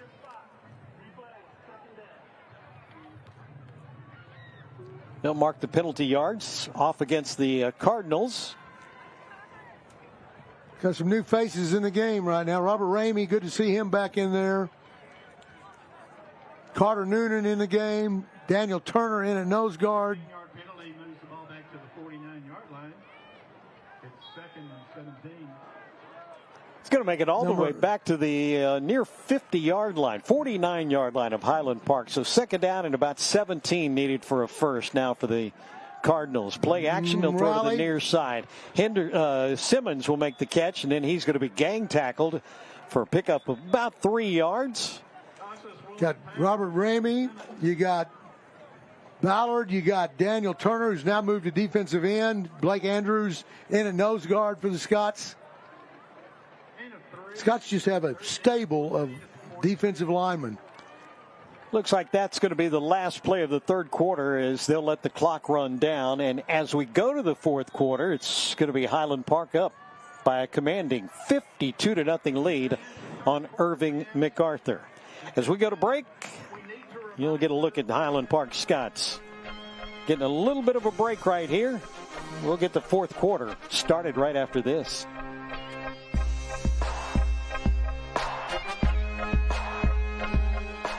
School is fantastic. You feel you're involved in every step of the decision-making process. That really makes a big difference to me. Discover our wide variety of new and certified pre-owned vehicles at Sewell Cadillac or SewellCadillac.com. Determination on the field breeds determination in life. Discipline needed on the court will be the same discipline that gets the job done. That's why Tailwater Capital is a proud supporter of the Highland Park Athletic Program, the winningest athletic program in the state of Texas. 11 Lone Star Cups, 112 state championships, and a commitment to excellence that serves its players for a lifetime. From the locker room to the boardroom, Scots find a way. Total offense through 3 quarters of play, 297 yards for your Highland Park Scots, and 97 yards of total offense for the Cardinals. Well, MacArthur's got a ways to go to get to their normal average, don't they? Average 385 yards. Once this year, they've gone over 500 yards of total offense, and once they've gone over 400 yards of total offense. Tonight, they're trying to get to 100.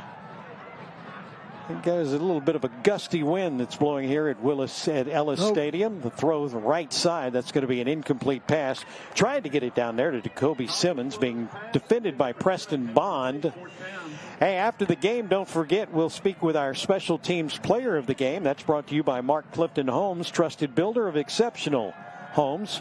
We'll visit with our special teams player of the game coming up during our post-game report. Jose Suarez in the game for the Scots. Ethan Burt in at a cornerback. Looks like it's going to be a punting situation. Albert Bracero will come in to kick it away for Highland Park. We've got a new returner back there. That is one Steele Tobin. He's going to let it bounce. And did they get it down inside the 1 yard line? Yes, they are. Yes, they did. According to the official right there. I look at this a whole different way now. It just sets up a 99-yard drive to end the game. There you go. Oh, we've got a special guest in the stands again. Let's go back down to Pat Sauer. Pat Sauer's report's brought to you by Willow Bend Mortgage. Hey, guys, I'm not really sure where our cameraman is here, but I've got Bill Ogle. He's our I'm on. Okay. He's our sophomore starting and moving all over the place offensive lineman. Tell us a little bit about the sophomore versus junior, senior, and how those guys work together. Well, there's really only 2 kind of undergrads on the O-line right now, and it's Will and Case. But it's really amazing how the seniors have taken these guys under their wing and taught them all the nuances. I mean, Coach Allen runs like a college-level offensive line scheme, and it's really hard to learn those plays. If it weren't for the seniors taking Will and Case under their wing, showing them all the nuances, showing them all the different plays and actions that you have to do, they wouldn't be playing nearly as well as they are. Well, we're fortunate to have him another couple of years, and we appreciate you, Bill. Yeah, we're excited about it. Thank you to all the seniors, and go Scots. Yeah, there you go. Thank you, sir. Boy, that was almost a safety for Highland Park. They just did get it out. Ball's on the end zone. 6-inch line right now. They've got 2 running backs in the backfield. The quarterback's going to keep it himself. Warren Peck goes all the way out to the 4-yard line on his first carry of the night. Warren Peck was made for this situation because he's a load. 6'5", 220 pounds. There you get a good look at the run and the blocking he got up in front. This is where an end zone look is especially appropriate. Looks like Gage Clark's in the game for the Scots. Get a little bit of Paul Flowers, Nussbaum, Paul Flowers at right guard, Nussbaum at left tackle. A little bit of breathing room. This time Peck wants to throw. Looks out near side. Throw intended for Colin Hale. It's going to be incomplete. And Highland Park's going to have to punt from deep in their own end zone.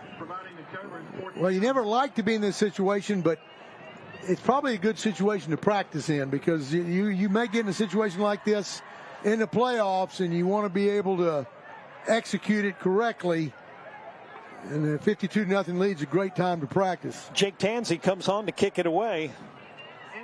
Stands at the back of the end zone, and his first time to have to punt from that far back. Nice roll. Gets a nice roller out there to the 42. It takes a Highland Park roll to the 43-yard line before it's going to be downed. So MacArthur will have pretty good field position to start with, but again, they trail 52-0 with just over 10 minutes to play in the game.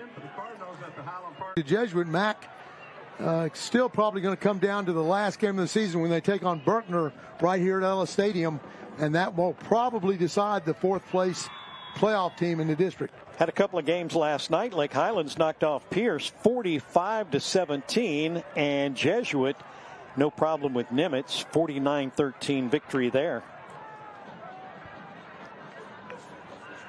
Best starting field position tonight for MacArthur. Throw, right side, picked off, intercepted. Highland Park's got another turnover. This one's going to be intercepted by William White. Good job in coverage right there. William White coming underneath to make the interception, and the dunk into the trash can on the Highland Park sideline is always highly anticipated, but there's a flag down. That turnover brought to you by Hilltop Orthopedics. Let's get another look at it right here. We got a penalty on Highland Park, so that's going to wipe out a great interception. Personal foul is going to be the call against Highland Park. Again, the official, because we are, for some reason, banished to the visitor side, the official faces the home side, and it's hard to tell what he is signaling. But they were nice enough to stock our little refrigerator with some small bottles of water. First and 10 at the 28. That's in case we got stranded up here.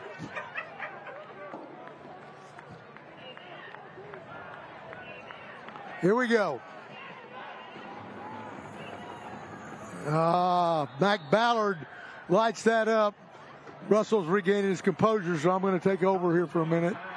Drop pass out on the side. Mac Ballard in coverage. Out there. Good to have Ballard back. Pass that should have been caught. We have a good time. We do. Maybe more so off the air than on the air. Here we go. Second down situation. Pass over to the right side, and Henderson not going to get to that first down marker. He's close, but he's going to get stopped. Ethan Burt is there to come in and make the stop for the Highland Park defense. Again, I'm always impressed with a bubble look or a hitch screen look, how not only the linebackers and secondary get there, but the defensive ends and a lot of times nose guard are out there making the play as well. Shows just how hard they run. Speaking of our defensive player, don't forget, after the game, we'll speak to our defensive player of the game, and that's going to be brought to you by HP Youth Football, preparing tomorrow's Scots today. That's coming up during our postgame show tonight. Cardinals are 0 for 9 on third down conversions. They finally get their first conversion right here, and it's going to take it all the way down to about the 7-yard line. This will be the farthest they have gotten down into Highland Park territory all night. Carter Noonan is in there to make the tackle. Help from Blake Andrews as well.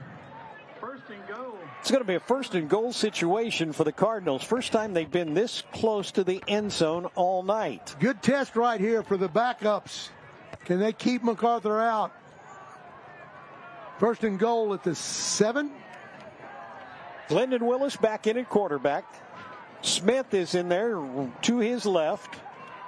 And Smith will get the handoff. Started right, cuts back to the left side. He's in trouble. All the way back to the 20-yard line, turns it back upfield, and will get tackled right at the 10-yard line. Among those in on the tackle for the Scots, Jack Morris, William White was in there as well, but we may have a flag on the play as well. Yeah, remember the blind side. I think it was a blind side block, right? We just saw it. Yeah. Scots may back up MacArthur. Once again, a penalty. Matt Wallace in the game for the Scots. Yeah, it was a blindside block, clearly, against MacArthur.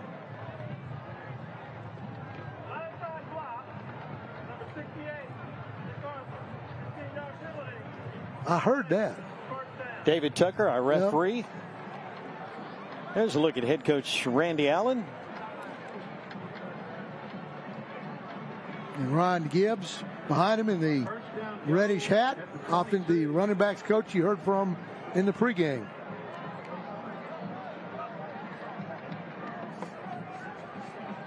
That is 6 penalties now against MacArthur for 66 yards. Low snap, picked up and handed off to Smith. Smith's trying to get around the left side. He's going to get tackled over there. Before he got down to the 20-yard line, you've got Morris and Ramey in there to combine on the stop. And this is going to bring third down. It's third and goal to go, right? Right, third and goal to go. Exactly. They were at the 7-yard line. Remember we talked about, can the Scots backups hold them out? And they're not all backups in there. Second and goal to go, not third and goal to go. Second down. Sophomore Daniel Turner in there.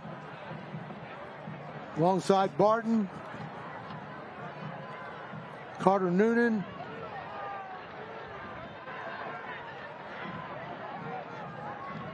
Yeah, Wallace in the game. And we've got somebody jumped. No, they called timeout before the ball was snapped. That's going to be the second timeout taken by MacArthur here in the second half. 7:47 to play here in the football game, and the Scots up 52-0. It is the 4th time this year the Scots have gone above 50 points in a ball game. Don't forget to stick around for our post-game show brought to you by Burger House, the official burger of Highland Park football. During the post-game, we'll hear from head coach Randy Allen, get his thoughts on another Highland Park victory, as they will remain undefeated with 2 games to play. They'll get they'll get Richardson at home next week. That's the Blue Out senior night. And then finish up on the road at Pierce on final week of the regular season. Which I'm not sure any of these players remember, but used to be a huge rivalry with Highland Park.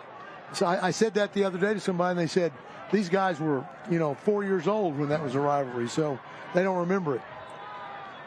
But Pierce beat the Scots one time in overtime and never forgot it.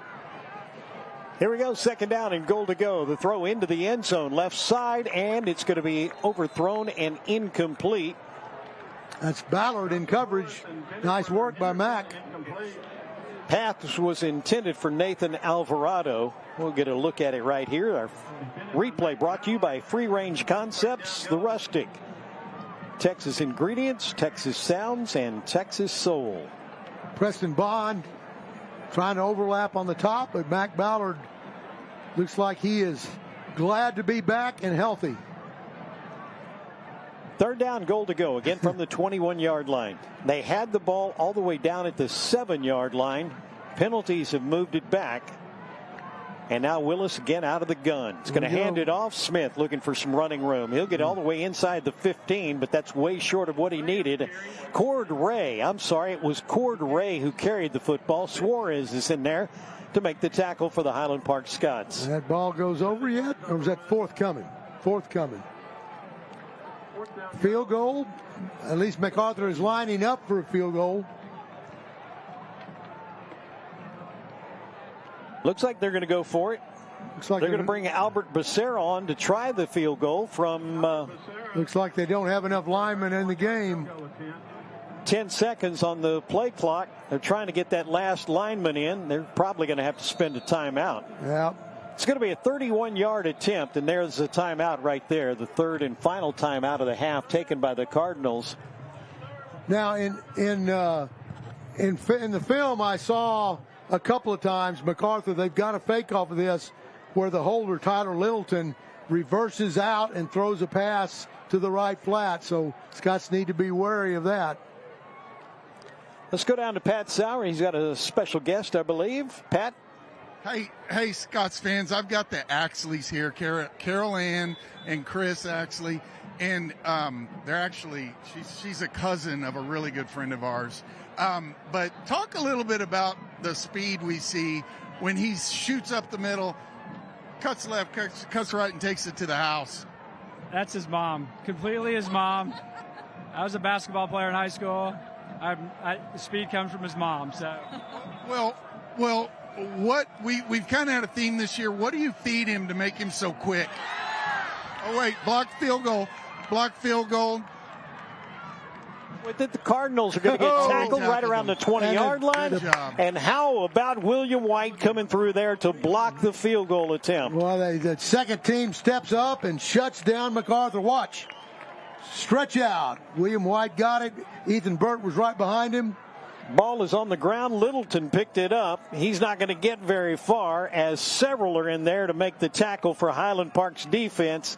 And they have turned away a would-be field goal from the Cardinals, and the Highland Park offense gets the ball back. Is that 2 or 3 field goal blocks this year, Mike McAbee?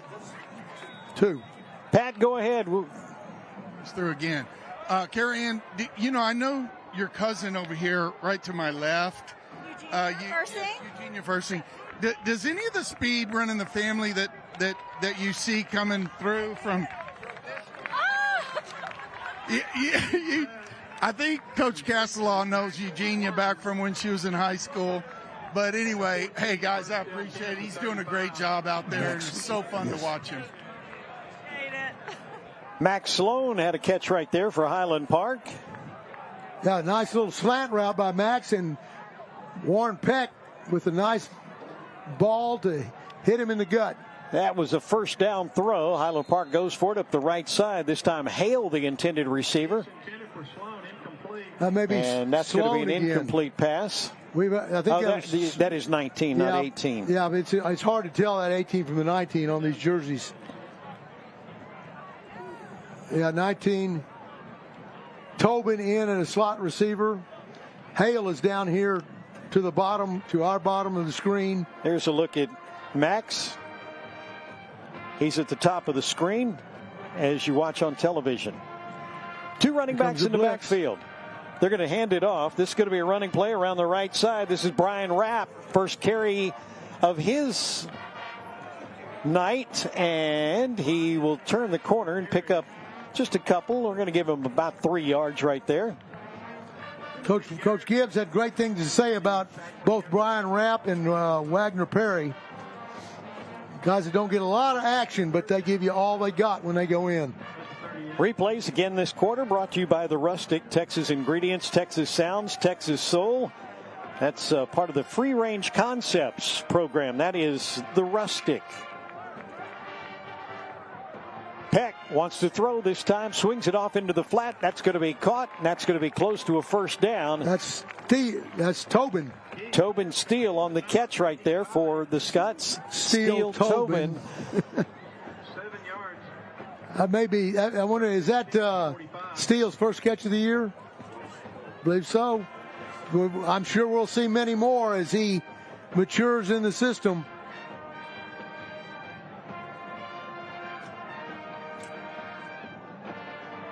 Up 20 first downs now for Highland Park. Up front, Nussbaum, Pickleman at center. Peck throws near side. That's a great catch right there. Coming up with the catch is Colin Hale.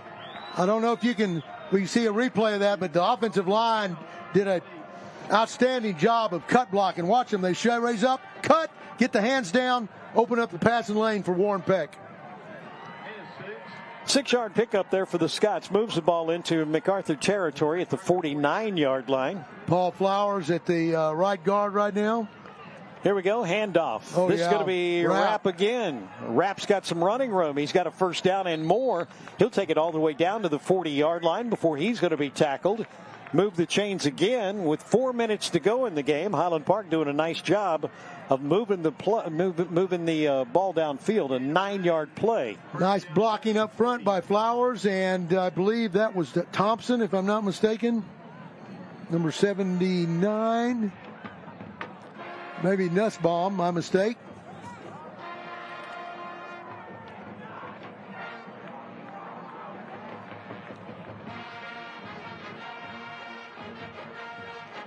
Give right up the middle. Man. No place to go this time. No place there. Lucas Kellner on the carry, his first carry of the night. Just his third carry of the season. Yes. Thompson is the right tackle next to Flowers. Pickelman at center. Nussbaum.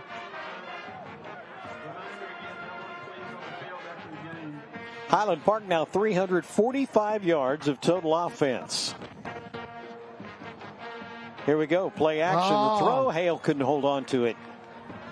Well, again, start to run before you got it. Hale wish he had that back, and he'll get it next time. Don't know who it's going to be just yet, but we will visit with our offensive player of the game during our post-game report tonight. That's going to be brought to you by Tollison Wealth Management, proud supporter of the Highland Park Scots. Our thanks to Tollison Wealth Management for being a sponsor of the telecast and of Highland Park football. I believe Gage Clark is in at left guard, a sophomore. Scots have two big sophomores in Ogle and Clark. Scots are 4 for 9 on third downs, and they won't get this. They'll give up a sack. First time that's happened tonight. Julian Garza, the middle linebacker, gets in there and brings Peck to the ground. That's only the 8th sack allowed this season by Highland Park. Fourth down and a punting unit coming on for Highland Park. Tansey's going to kick it. Been the third time we've seen Tansey tonight. Last time he kicked from the back of his own end zone. He's averaging 35 yards a punt on the season and tonight. So he's right at his season. That's going to be Smith back to do the returning. It's going to be a high wobbler. He's put 2 this season inside the 20, make it 3 inside the 20, as this one's going to be down right at the 16-yard line. And I think that the deep snapper is Brady Dotrieve, if I'm not mistaken. And after seeing what some other teams have to go through on snaps for punts, we ought to thank our lucky stars. We got Brady Dotrieve. He downed the ball as well. Yeah, so double duty. That's a beautiful snap. Gets back quickly, allows the punter to have a lot of time. And it's one of those forgotten things. If you do it well, nobody says a word. You have a problem, everybody notices. Got a question for you. You saw how Highland Park, we've got less than 2 minutes to play. Nobody touched that ball until it died completely, and they waited for the official to blow the whistle. Right. Always wondered about that, why people get down there in a close game when you're trying to wind the clock down, and they grab it really quickly instead of just let it go, just get away from it. Let it go, get away from it, and use up as much time as you can. And I've seen some coverage teams come up and just touch it, and when you do that, it's still not dead because it's an illegal touch. There's a Highlander, the Highland band, the Highlander marching band. I'll get it out in a minute. Highlander marching band and the Highland Bells in front. Second down after a pickup of 3 by MacArthur. They'll throw left side. That's going to be caught down in the flat, but no place to go. Tackle quickly made over there on the far side. Is that Cornell? Coleman Donham is in the game. Henderson made the catch. What are his numbers tonight? He came in with 1,000 yards receiving. He has negative yards receiving. Zacharias and Donham in the game up front. This could be the last play of the game coming up right here. Snap it back. Willis will take it. Wants to throw. Looks left. Throws left. It's going to be caught. In the flat left side. Run out of bounds on the far side of the field. It is going to be enough for a first down.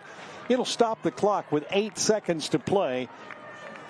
Henderson on the catch right now. He is now into positive yards in receiving. And the Scots are going to tuck this one into the win column. Sam Webster in the game for the Scots. Only 17 yards in receptions tonight for Jabrandon Henderson. The leading receiver in 6A in the area. I mean, and he is held to almost nothing. They started the clock. I believe they're going to have one more play. I think they have to put that 8 seconds back on it, don't they? Yeah, they started the clock early.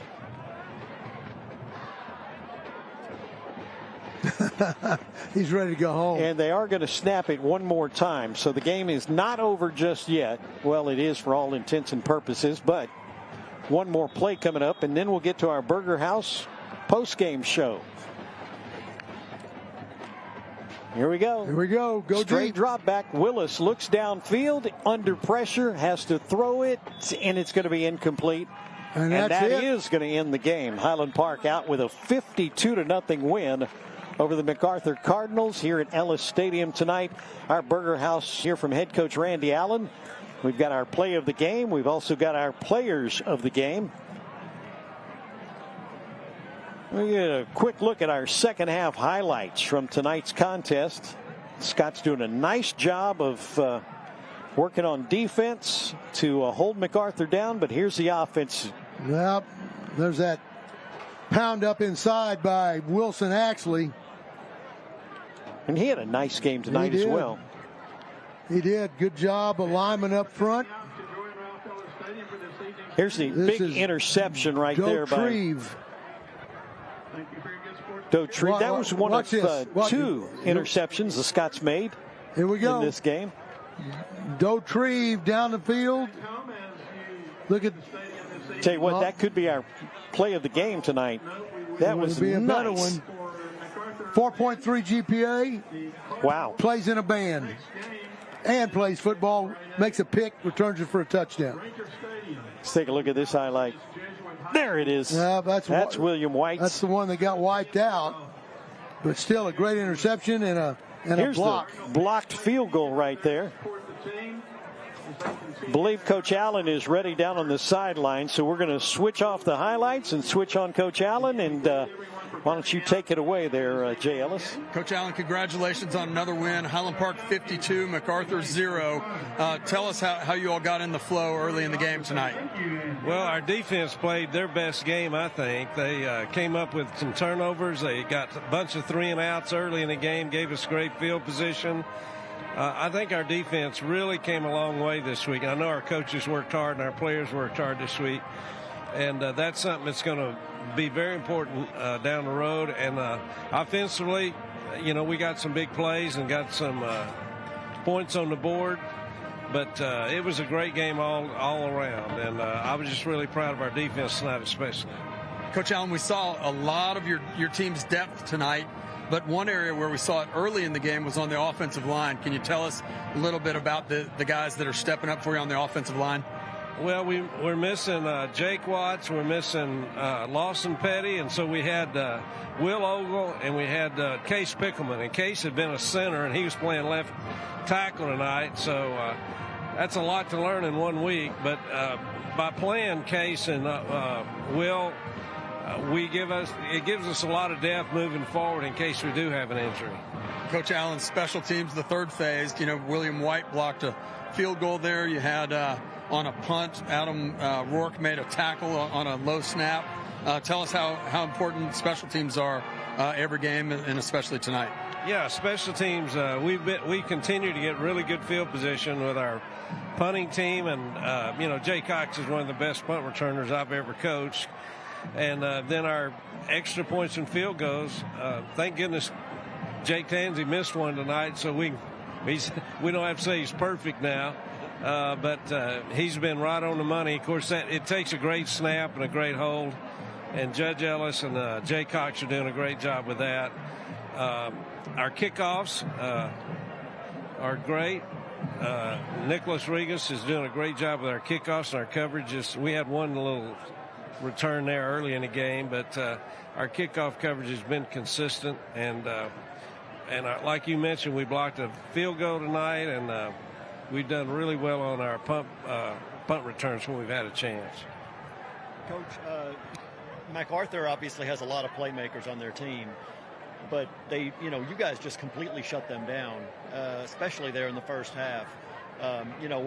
This looked by far to be the best defensive game that you guys have had this season, at least to me. I mean, can you kind of talk about how the defense played tonight? No, I agree with you totally, and I said that to Jay before you got over here. I thought it's our best defensive game of the year, and it couldn't come at a better time because our guys they worked really, really hard this week, and they really emphasized getting better and improving. And like I say, I think it showed on the field tonight.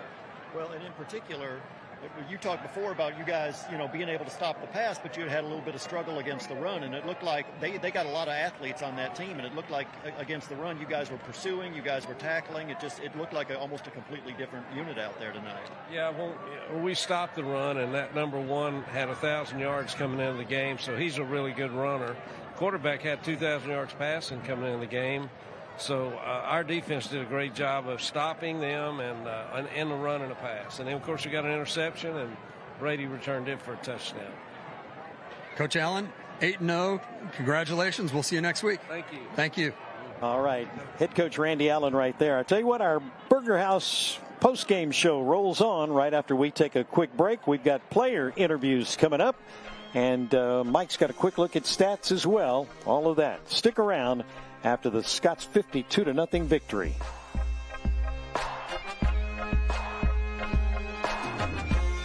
Burger House keeps my O-line fueled for the big games. I got your back. Mouth-watering burgers, famous fries, handmade shakes and malts made the old-fashioned way, like they were back in 1951, when we first opened our doors. Next time you have the urge for a double-double and Jack's Famous Fries, stop in and step back in time to our neighborhood restaurant. We would love to see you. Go Scots!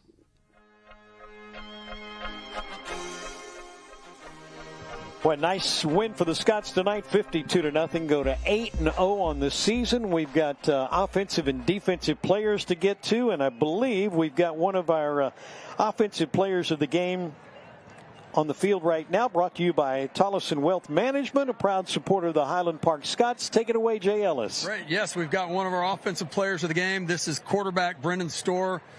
Brendan, I'm just gonna go off stream of consciousness here, but I think you had 2 passing touchdowns, 1 rushing tonight. We see you throw touchdowns all the time.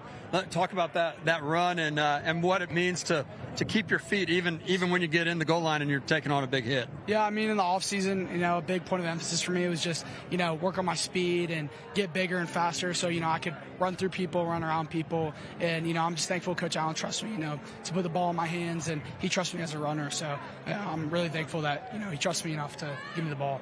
Hey, so the script for us reporters watching and telling how Highland Park's passing game goes, it changed a little bit last week. Before there were 3 guys you threw to a lot, up on the ends and the slots, and you threw to Cox out of the backfield. And Bo Lilly has just really been on fire the last couple of weeks. Tell us what it means to, and you've known all along about him, but tell us what it means to have so many weapons that you can throw the ball to. Yeah, I mean, I feel like, beginning of the season, obviously, it's not like, we're just trying to target specific people because, someone's better than another. That's the hard thing about having, so many weapons is that sometimes, one of them goes a little unnoticed until, they just, happen to get a few more targets. And, I mean, Bo, I've been playing with him, forever since we were little kids. He's like a brother to me, and, he's a freak athlete, and he's a beast, and he's just as good as, every receiver. I couldn't really tell you who the best receiver is. They're all just really special, and we have a really great group of guys, and I'm really thankful to have them. Yeah, absolutely. Hey, and last question, tell us about the great job that line is doing protecting you and also opening holes for you to run through. Yeah, I mean, the line did a great job, and, we had some guys step up. So, I'm really proud of the O-line because, we had a few guys that had to step up because, we have some injuries, and, they've adapted well, all season. And, man, they've done a really great job. They've surprised me a little bit how solid they've been, and they're really working together as a unit. And, it's really awesome to see. And I'm really thankful for them. Yeah. Hey, we'll let you get some Gatorade and keep your voice so you can lead these guys next week. Congratulations, you're our offensive back of the game. Thank you. Appreciate it. Thank you. Thanks. I've got another offensive player of the game joining me. This is Andrew Maroulis, who's the center. Andrew, first of all, we were talking with Brennan about the holes you guys are opening up for the running game. It seems like every time Highland Park runs the ball between the tackles in the last few weeks, it's going for 8, 10, 20, 30 yards. Tell us about how physical it is up front and how much you enjoy that. Yeah, I mean, we love that because that means that we're doing our job right. When we keep on hearing those run calls, that means that we're doing good, and we see that pay off every week. But it comes back to practice every day, and beginning of practice, we always work our zone steps and all of our steps, and it's just all technique and stuff, and we keep building on it every week, and we just keep striving to get better. But we're far from where we are on the run game that we want to be in, and we know as the season keeps on going on, that we want to improve a lot. So. Andrew, we're seeing more and more guys make contributions on the offensive line earlier and earlier in the games, part of it because of injuries, but also because you've got some good depth there. Tell us about some of those young guys and what you do as a senior to sort of help bring them along. Yeah, so I'll start with Case. Case ended up playing left tackle tonight, but started playing left tackle. But he was beginning of the season, he was by my backup at center, and great dude. He's a fantastic blocker. He's still learning the plays and stuff, but he's got a lot of potential, and he's going to show out really hard next year. And I'll go to Will Ogle at left guard. He played his butt off today, and he's been playing his butt off all season, and he's improving like crazy. And we got to really, the future's really good at O-line, and I'm really excited to see what they can do and continue to do. So it's really good. And Gage Clark, he's stepping up too. Big name. He's going to be a big name soon. So. Hey, Andrew, we always have an offensive lineman who steps up and looks like they're a future broadcaster. And our early money was on Whit Basso, but tonight you were pretty darn good. You're in the running now for sure. Congratulations, you're our offensive lineman of the week. Thank you.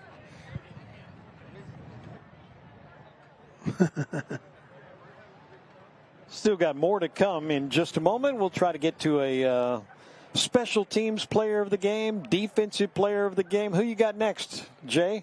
Yeah, I've got our special teams player of the week. This is Nicholas Rigas. Hey, Nicholas, first of all, tell us about your kickoff that went through the uprights. Well, I mean, Coach wanted me to put it deep left. I pulled it a little bit, and the wind was kind of going across, and so it just ended up going straight through. I saw it bounce off the uprights. I was like begging, please go in, please go in. And then I saw it, and I was like, I should get 3 points for that. Hey, we wanted points for it, too. Hey, you didn't do it as much tonight, but in past weeks we've seen that directional kick that you kick off to the right that looks like it's going to go out of bounds every time, and you've got just a little bit of draw, and it stays in. Talk about how important it is for you to be able to place that ball and what it does for Highland Park starts bad field position. Mm-hmm. Well, I think for me personally, getting a touchback is obviously better, but I mean, this is a team sport, so you got to think about that. And I mean, when I'm pinning them that deep, our team's get them down inside the 20. And I think last game we averaged them taking the ball out the 18-yard line, which is so huge for our team because it's such a low percentage amount for them to be able to get all the way down here and score. They got to go coast to coast on that, and it's just so important that we're able to get the stop down there. And I mean, I'm just doing my job. It's really got to owe it to the kickoff team. They're doing such a good job of downing the guy inside the 20 most of the time. Hey, Nicholas, how many years have you been kicking football? I've been kicking football. I started freshman year. That's when I started kicking footballs. I played soccer before that, and I decided I was like, I've seen other guys kick football. Maybe I should try that, and it's working out so far. Did I see you in on a tackle early in the game tonight? Yes, you did. The first kickoff of the game, the number 1, he broke outside, and I had to go and make the tackle. I just made sure that he wouldn't get past me down there to make the stop. That answer and what you did doesn't sound like, and what you did on the field doesn't look like someone who's only been kicking in football for a few years. It was another great play, but congratulations. You're our special teams player of the game, Nicholas Rigas. Special teams player of the game brought to you by Mark Clifton Homes, trusted builder of exceptional homes. My headpiece went out, so I don't know. To me or not. You're good. Go. We're on. I've got. This is our defensive player of the game, Brady Dotrieve. Hey, Brady, first of all, that interception, tell us how it developed, and more importantly, tell us what was going on in your mind during the return that went all the way to that sideline and back and up the middle and to the house? So we were in fourth. It was fourth down, and originally on fourth down, whenever you see a ball up in the air like that, that ball was hanging for like 5 seconds. You're supposed to just swat it for field position, but I saw there was no one in front of me, so I just thought I'd take it, and I caught it, and I started running, and I went to the left side of the field, and then I was almost going to the ground, and then I ducked under an O-lineman and somehow managed to squeeze out. And then once I got out of that, everyone was picking up blocks, and there was just a Red Sea split, so I just booked it, and I just went, and whenever I was running down, I was like, no way that just happened. I was just so excited. Hey, Brady, clearly you know the situation, because my next question was it motivation to get to the house so that the coaches didn't say, hey, you were supposed to knock that one down? Yeah, if I got tackled over there, the coaches wouldn't have been very happy, because actually last week I caught one in the end zone and I took it out a little bit and I gave worse field position, but I was learning from it, but I still took it and I managed to make it. Hey, Brady, through the years you've run track as well. Yes. How'd you feel like your speed was those last 20 yards? Were you in track form, or were you in slow down, get ready to celebrate form? What was it? It was like the last 100 meters of a 400. I was tired and gassed, but I was going. I was trying. And actually in film, Coach showed us how fast the receivers were. Well, number 22 and number 1, because they're very fast track guys. And I was thinking I better not get hawked down by one of these guys when I was running it back. So I was just booking it as fast as I could, just trying not to get gassed. Hey, Brady, that I think was our defensive play of the game. It was my favorite play to watch, and you're our defensive back of the game. Thank you so much. Congratulations, Brady Dotrieve. Yeah. Our defensive player of the game brought to you by HP Youth Football, preparing for tomorrow's Scots today. And our post-game show brought to you tonight by Burger House, the official burger of Highland Park football. 75 was probably one of the toughest O-linemen I've... Oh, we're not on yet? Oh, sorry, I'm going to re-ask the question. My headset has gone out. I think we're on now. Okay. Spencer Brown's our defensive lineman of the game, and I want to know, Spencer, how physical it was with those big old offensive linemen for the MacArthur Cardinals. It was really tough. I mean, number 75, especially, was really big. It was really physical on the line of scrimmage, and trying to get to the heel line was pretty tough. Yeah, so talk about the various guys you have playing defensive line, and what advantage it gives you, if any, to have all those fresh legs in there.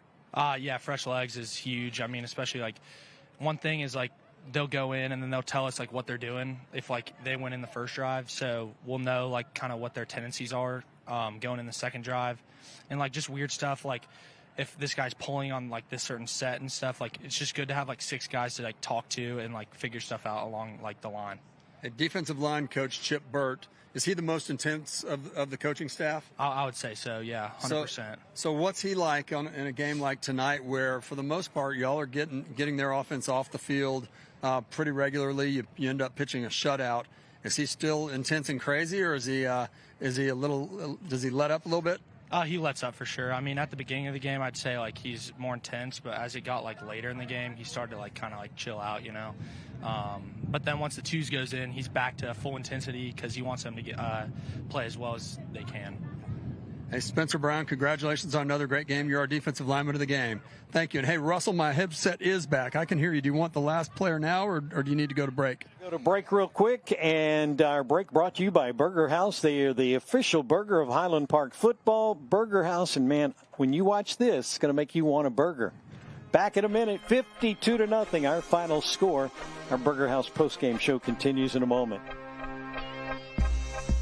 The official burger of Highland Park football. Burger House keeps my O-line fueled for the big games. I got your back. Mouth-watering burgers, famous fries, handmade shakes and malts made the old-fashioned way, like they were back in 1951, when we first opened our doors. Next time you have the urge for a double-double and Jack's Famous Fries, stop in and step back in time to our neighborhood restaurant. We would love to see you. Go Scots!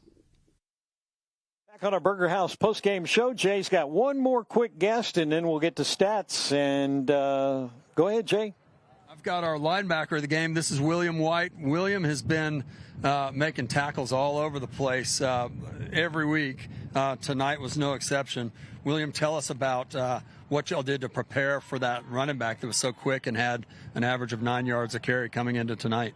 Right. Well, we knew he was quick. We knew he's shifty, and he accelerates like honestly, like no one we've seen yet. But the main emphasis was at least for outside linebackers, it's just hold down that edge. Because you can hold down that edge, push them back inside. That's where all your guys are to make the play. So, I mean, it was a tough edge to hold tonight. But, it's just you just got to, buck up and hold it. Hey, William, you had already been put on the list for linebacker of the game when late in the game they threw a pass and you got underneath in the left flat and made an interception that later was called back because of a penalty. But tell us a little. We've seen a lot of you playing force and contain and making tackles. But tell us a little bit about your role in the pass defense. Well, outside linebacker, we're run first, so that's our biggest priority. But once we do, read pass, get a drop back, we're taught well. It's focus on the inside receiver first. That's our guy. Once he gets out of our zone, then we can expand and stuff. On that play, the inside receiver went out, so I expanded outwards, and the ball was going, and I was there. Hey, William, I may be wrong. I think someone upstairs may have either called you on air or playfully Danny White because you're number 11. Do you even know who that is? He was a quarterback for the Cowboys years ago who wore number 11. What is there a reason behind why you wear number 11? I mean, I know it's not like a tough linebacker number, like a 90 or something like that. But I just liked how it looked, so I just went for it. No reason. I've never been 11 in my life. It's a good one. As far as I know, you're the first number 11 I've ever seen play linebacker, but you're doing a darn good job of it. Thank you. William White, linebacker of the game. Congratulations, and I hope you don't miss the bus. Get going. I hope so, too. And that concludes our players of the game interviews. Thank you very much, Jay. And our Burger House postgame show rolls on. Mike McAbee joins us. Let's go through some of the numbers after a big 52-0 victory for Highland Park. All right, first of all, your stats for the postgame stats brought to you by Park City's YMCA. Hanging out over here at what we used to know as Irving School Stadium. Yeah. Total yards tonight for the Scots, 343 yards to 152 for MacArthur's. Scots absolutely dominated the Scats tonight, as you can guess. 21 first downs to 10. Turnovers, Scots actually had 2 turnovers, or picked up 2 turnovers. They're +2, now +9 on the season with an interception and a fumble recovery. And then penalties, very much a hindrance for the Cardinals tonight. 6 penalties for 60 yards compared to just 3 for a total of 45 yards for the Scots. Time of possession very much in favor of MacArthur, as we're used to seeing. Again, just a total domination. Probably the number that most stands out there, though, passing yards for a MacArthur team that came in really throwing the ball well. Only 47 yards of passing yards compared to 230 yards in the air for the Scots. That's really the difference in the stats, and for the most part, the difference in the game. Individual totals for the Scots, individual top performers. Brennan Storr, 195 yards passing on 14 out of 21 with 2 touchdowns.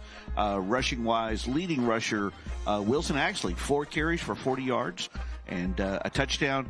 And your leading receiver tonight was, as I look through the numbers real quick, Luke Herring, 4 catches for 50 yards and 1 touchdown. I see we had 8 different receivers caught the ball for the Scots tonight. Big win for Highland Park, and you looked at the numbers, and you love to go through numbers. 12 yards in the first half is all Highland Park gave up. 12 yards. They allowed 140 yards in the second half, but the defense just outstanding. And a lot of that against some of the backups, remember. And there was a point in the third quarter that we looked up, and I noticed that the Cardinals actually had more kick receiving yards than they had yards from scrimmage. Wow. But both under 50, about 50 yards at the time. But still. Yeah. MacArthur goes to 4-4 on the season. The Scots are now 8-0 on the season. Highland Park is headed to the playoff. MacArthur, even though they lost, still have an outside shot at the 4th playoff position out of 7-6A. They've got a couple of more games to play. They've got Jesuit next week, and then they'll finish up with Berkner. And, of course, Highland Park's got 2 more games. We'll be back at Highlander next week for Richardson, and then final game of the season will be at Pierce before the playoffs open. But nice win for Highland Park tonight. Nice win, and I think the defense found what ails them, and they've corrected that. I mean, based on this performance tonight, Coach Leitner had talked about, not tackling well. Well, I think they tackled very well tonight, and to hold a team that normally produces 350 yards a game to under 150, pretty impressive. Well, thanks to everybody who's been a part of tonight's broadcast, including the Game On production team. Thanks to Jay and Pat and to Mike and Yvonne and to my broadcast partner, Jim. I'm Russell. It is a happy football night, to say the least, for Highland Park. 52-0. We'll talk to you next Friday night when we come to you from Highlander Stadium when the Scots will take on Richardson. Have a great weekend, everybody, and don't forget, 2 more days of State Fair and Corny Dogs on tap for you if you want to make it out to Fair Park. Have a great one. Have a good weekend. We'll talk to you next week. Good luck. God bless. We'll see you next week.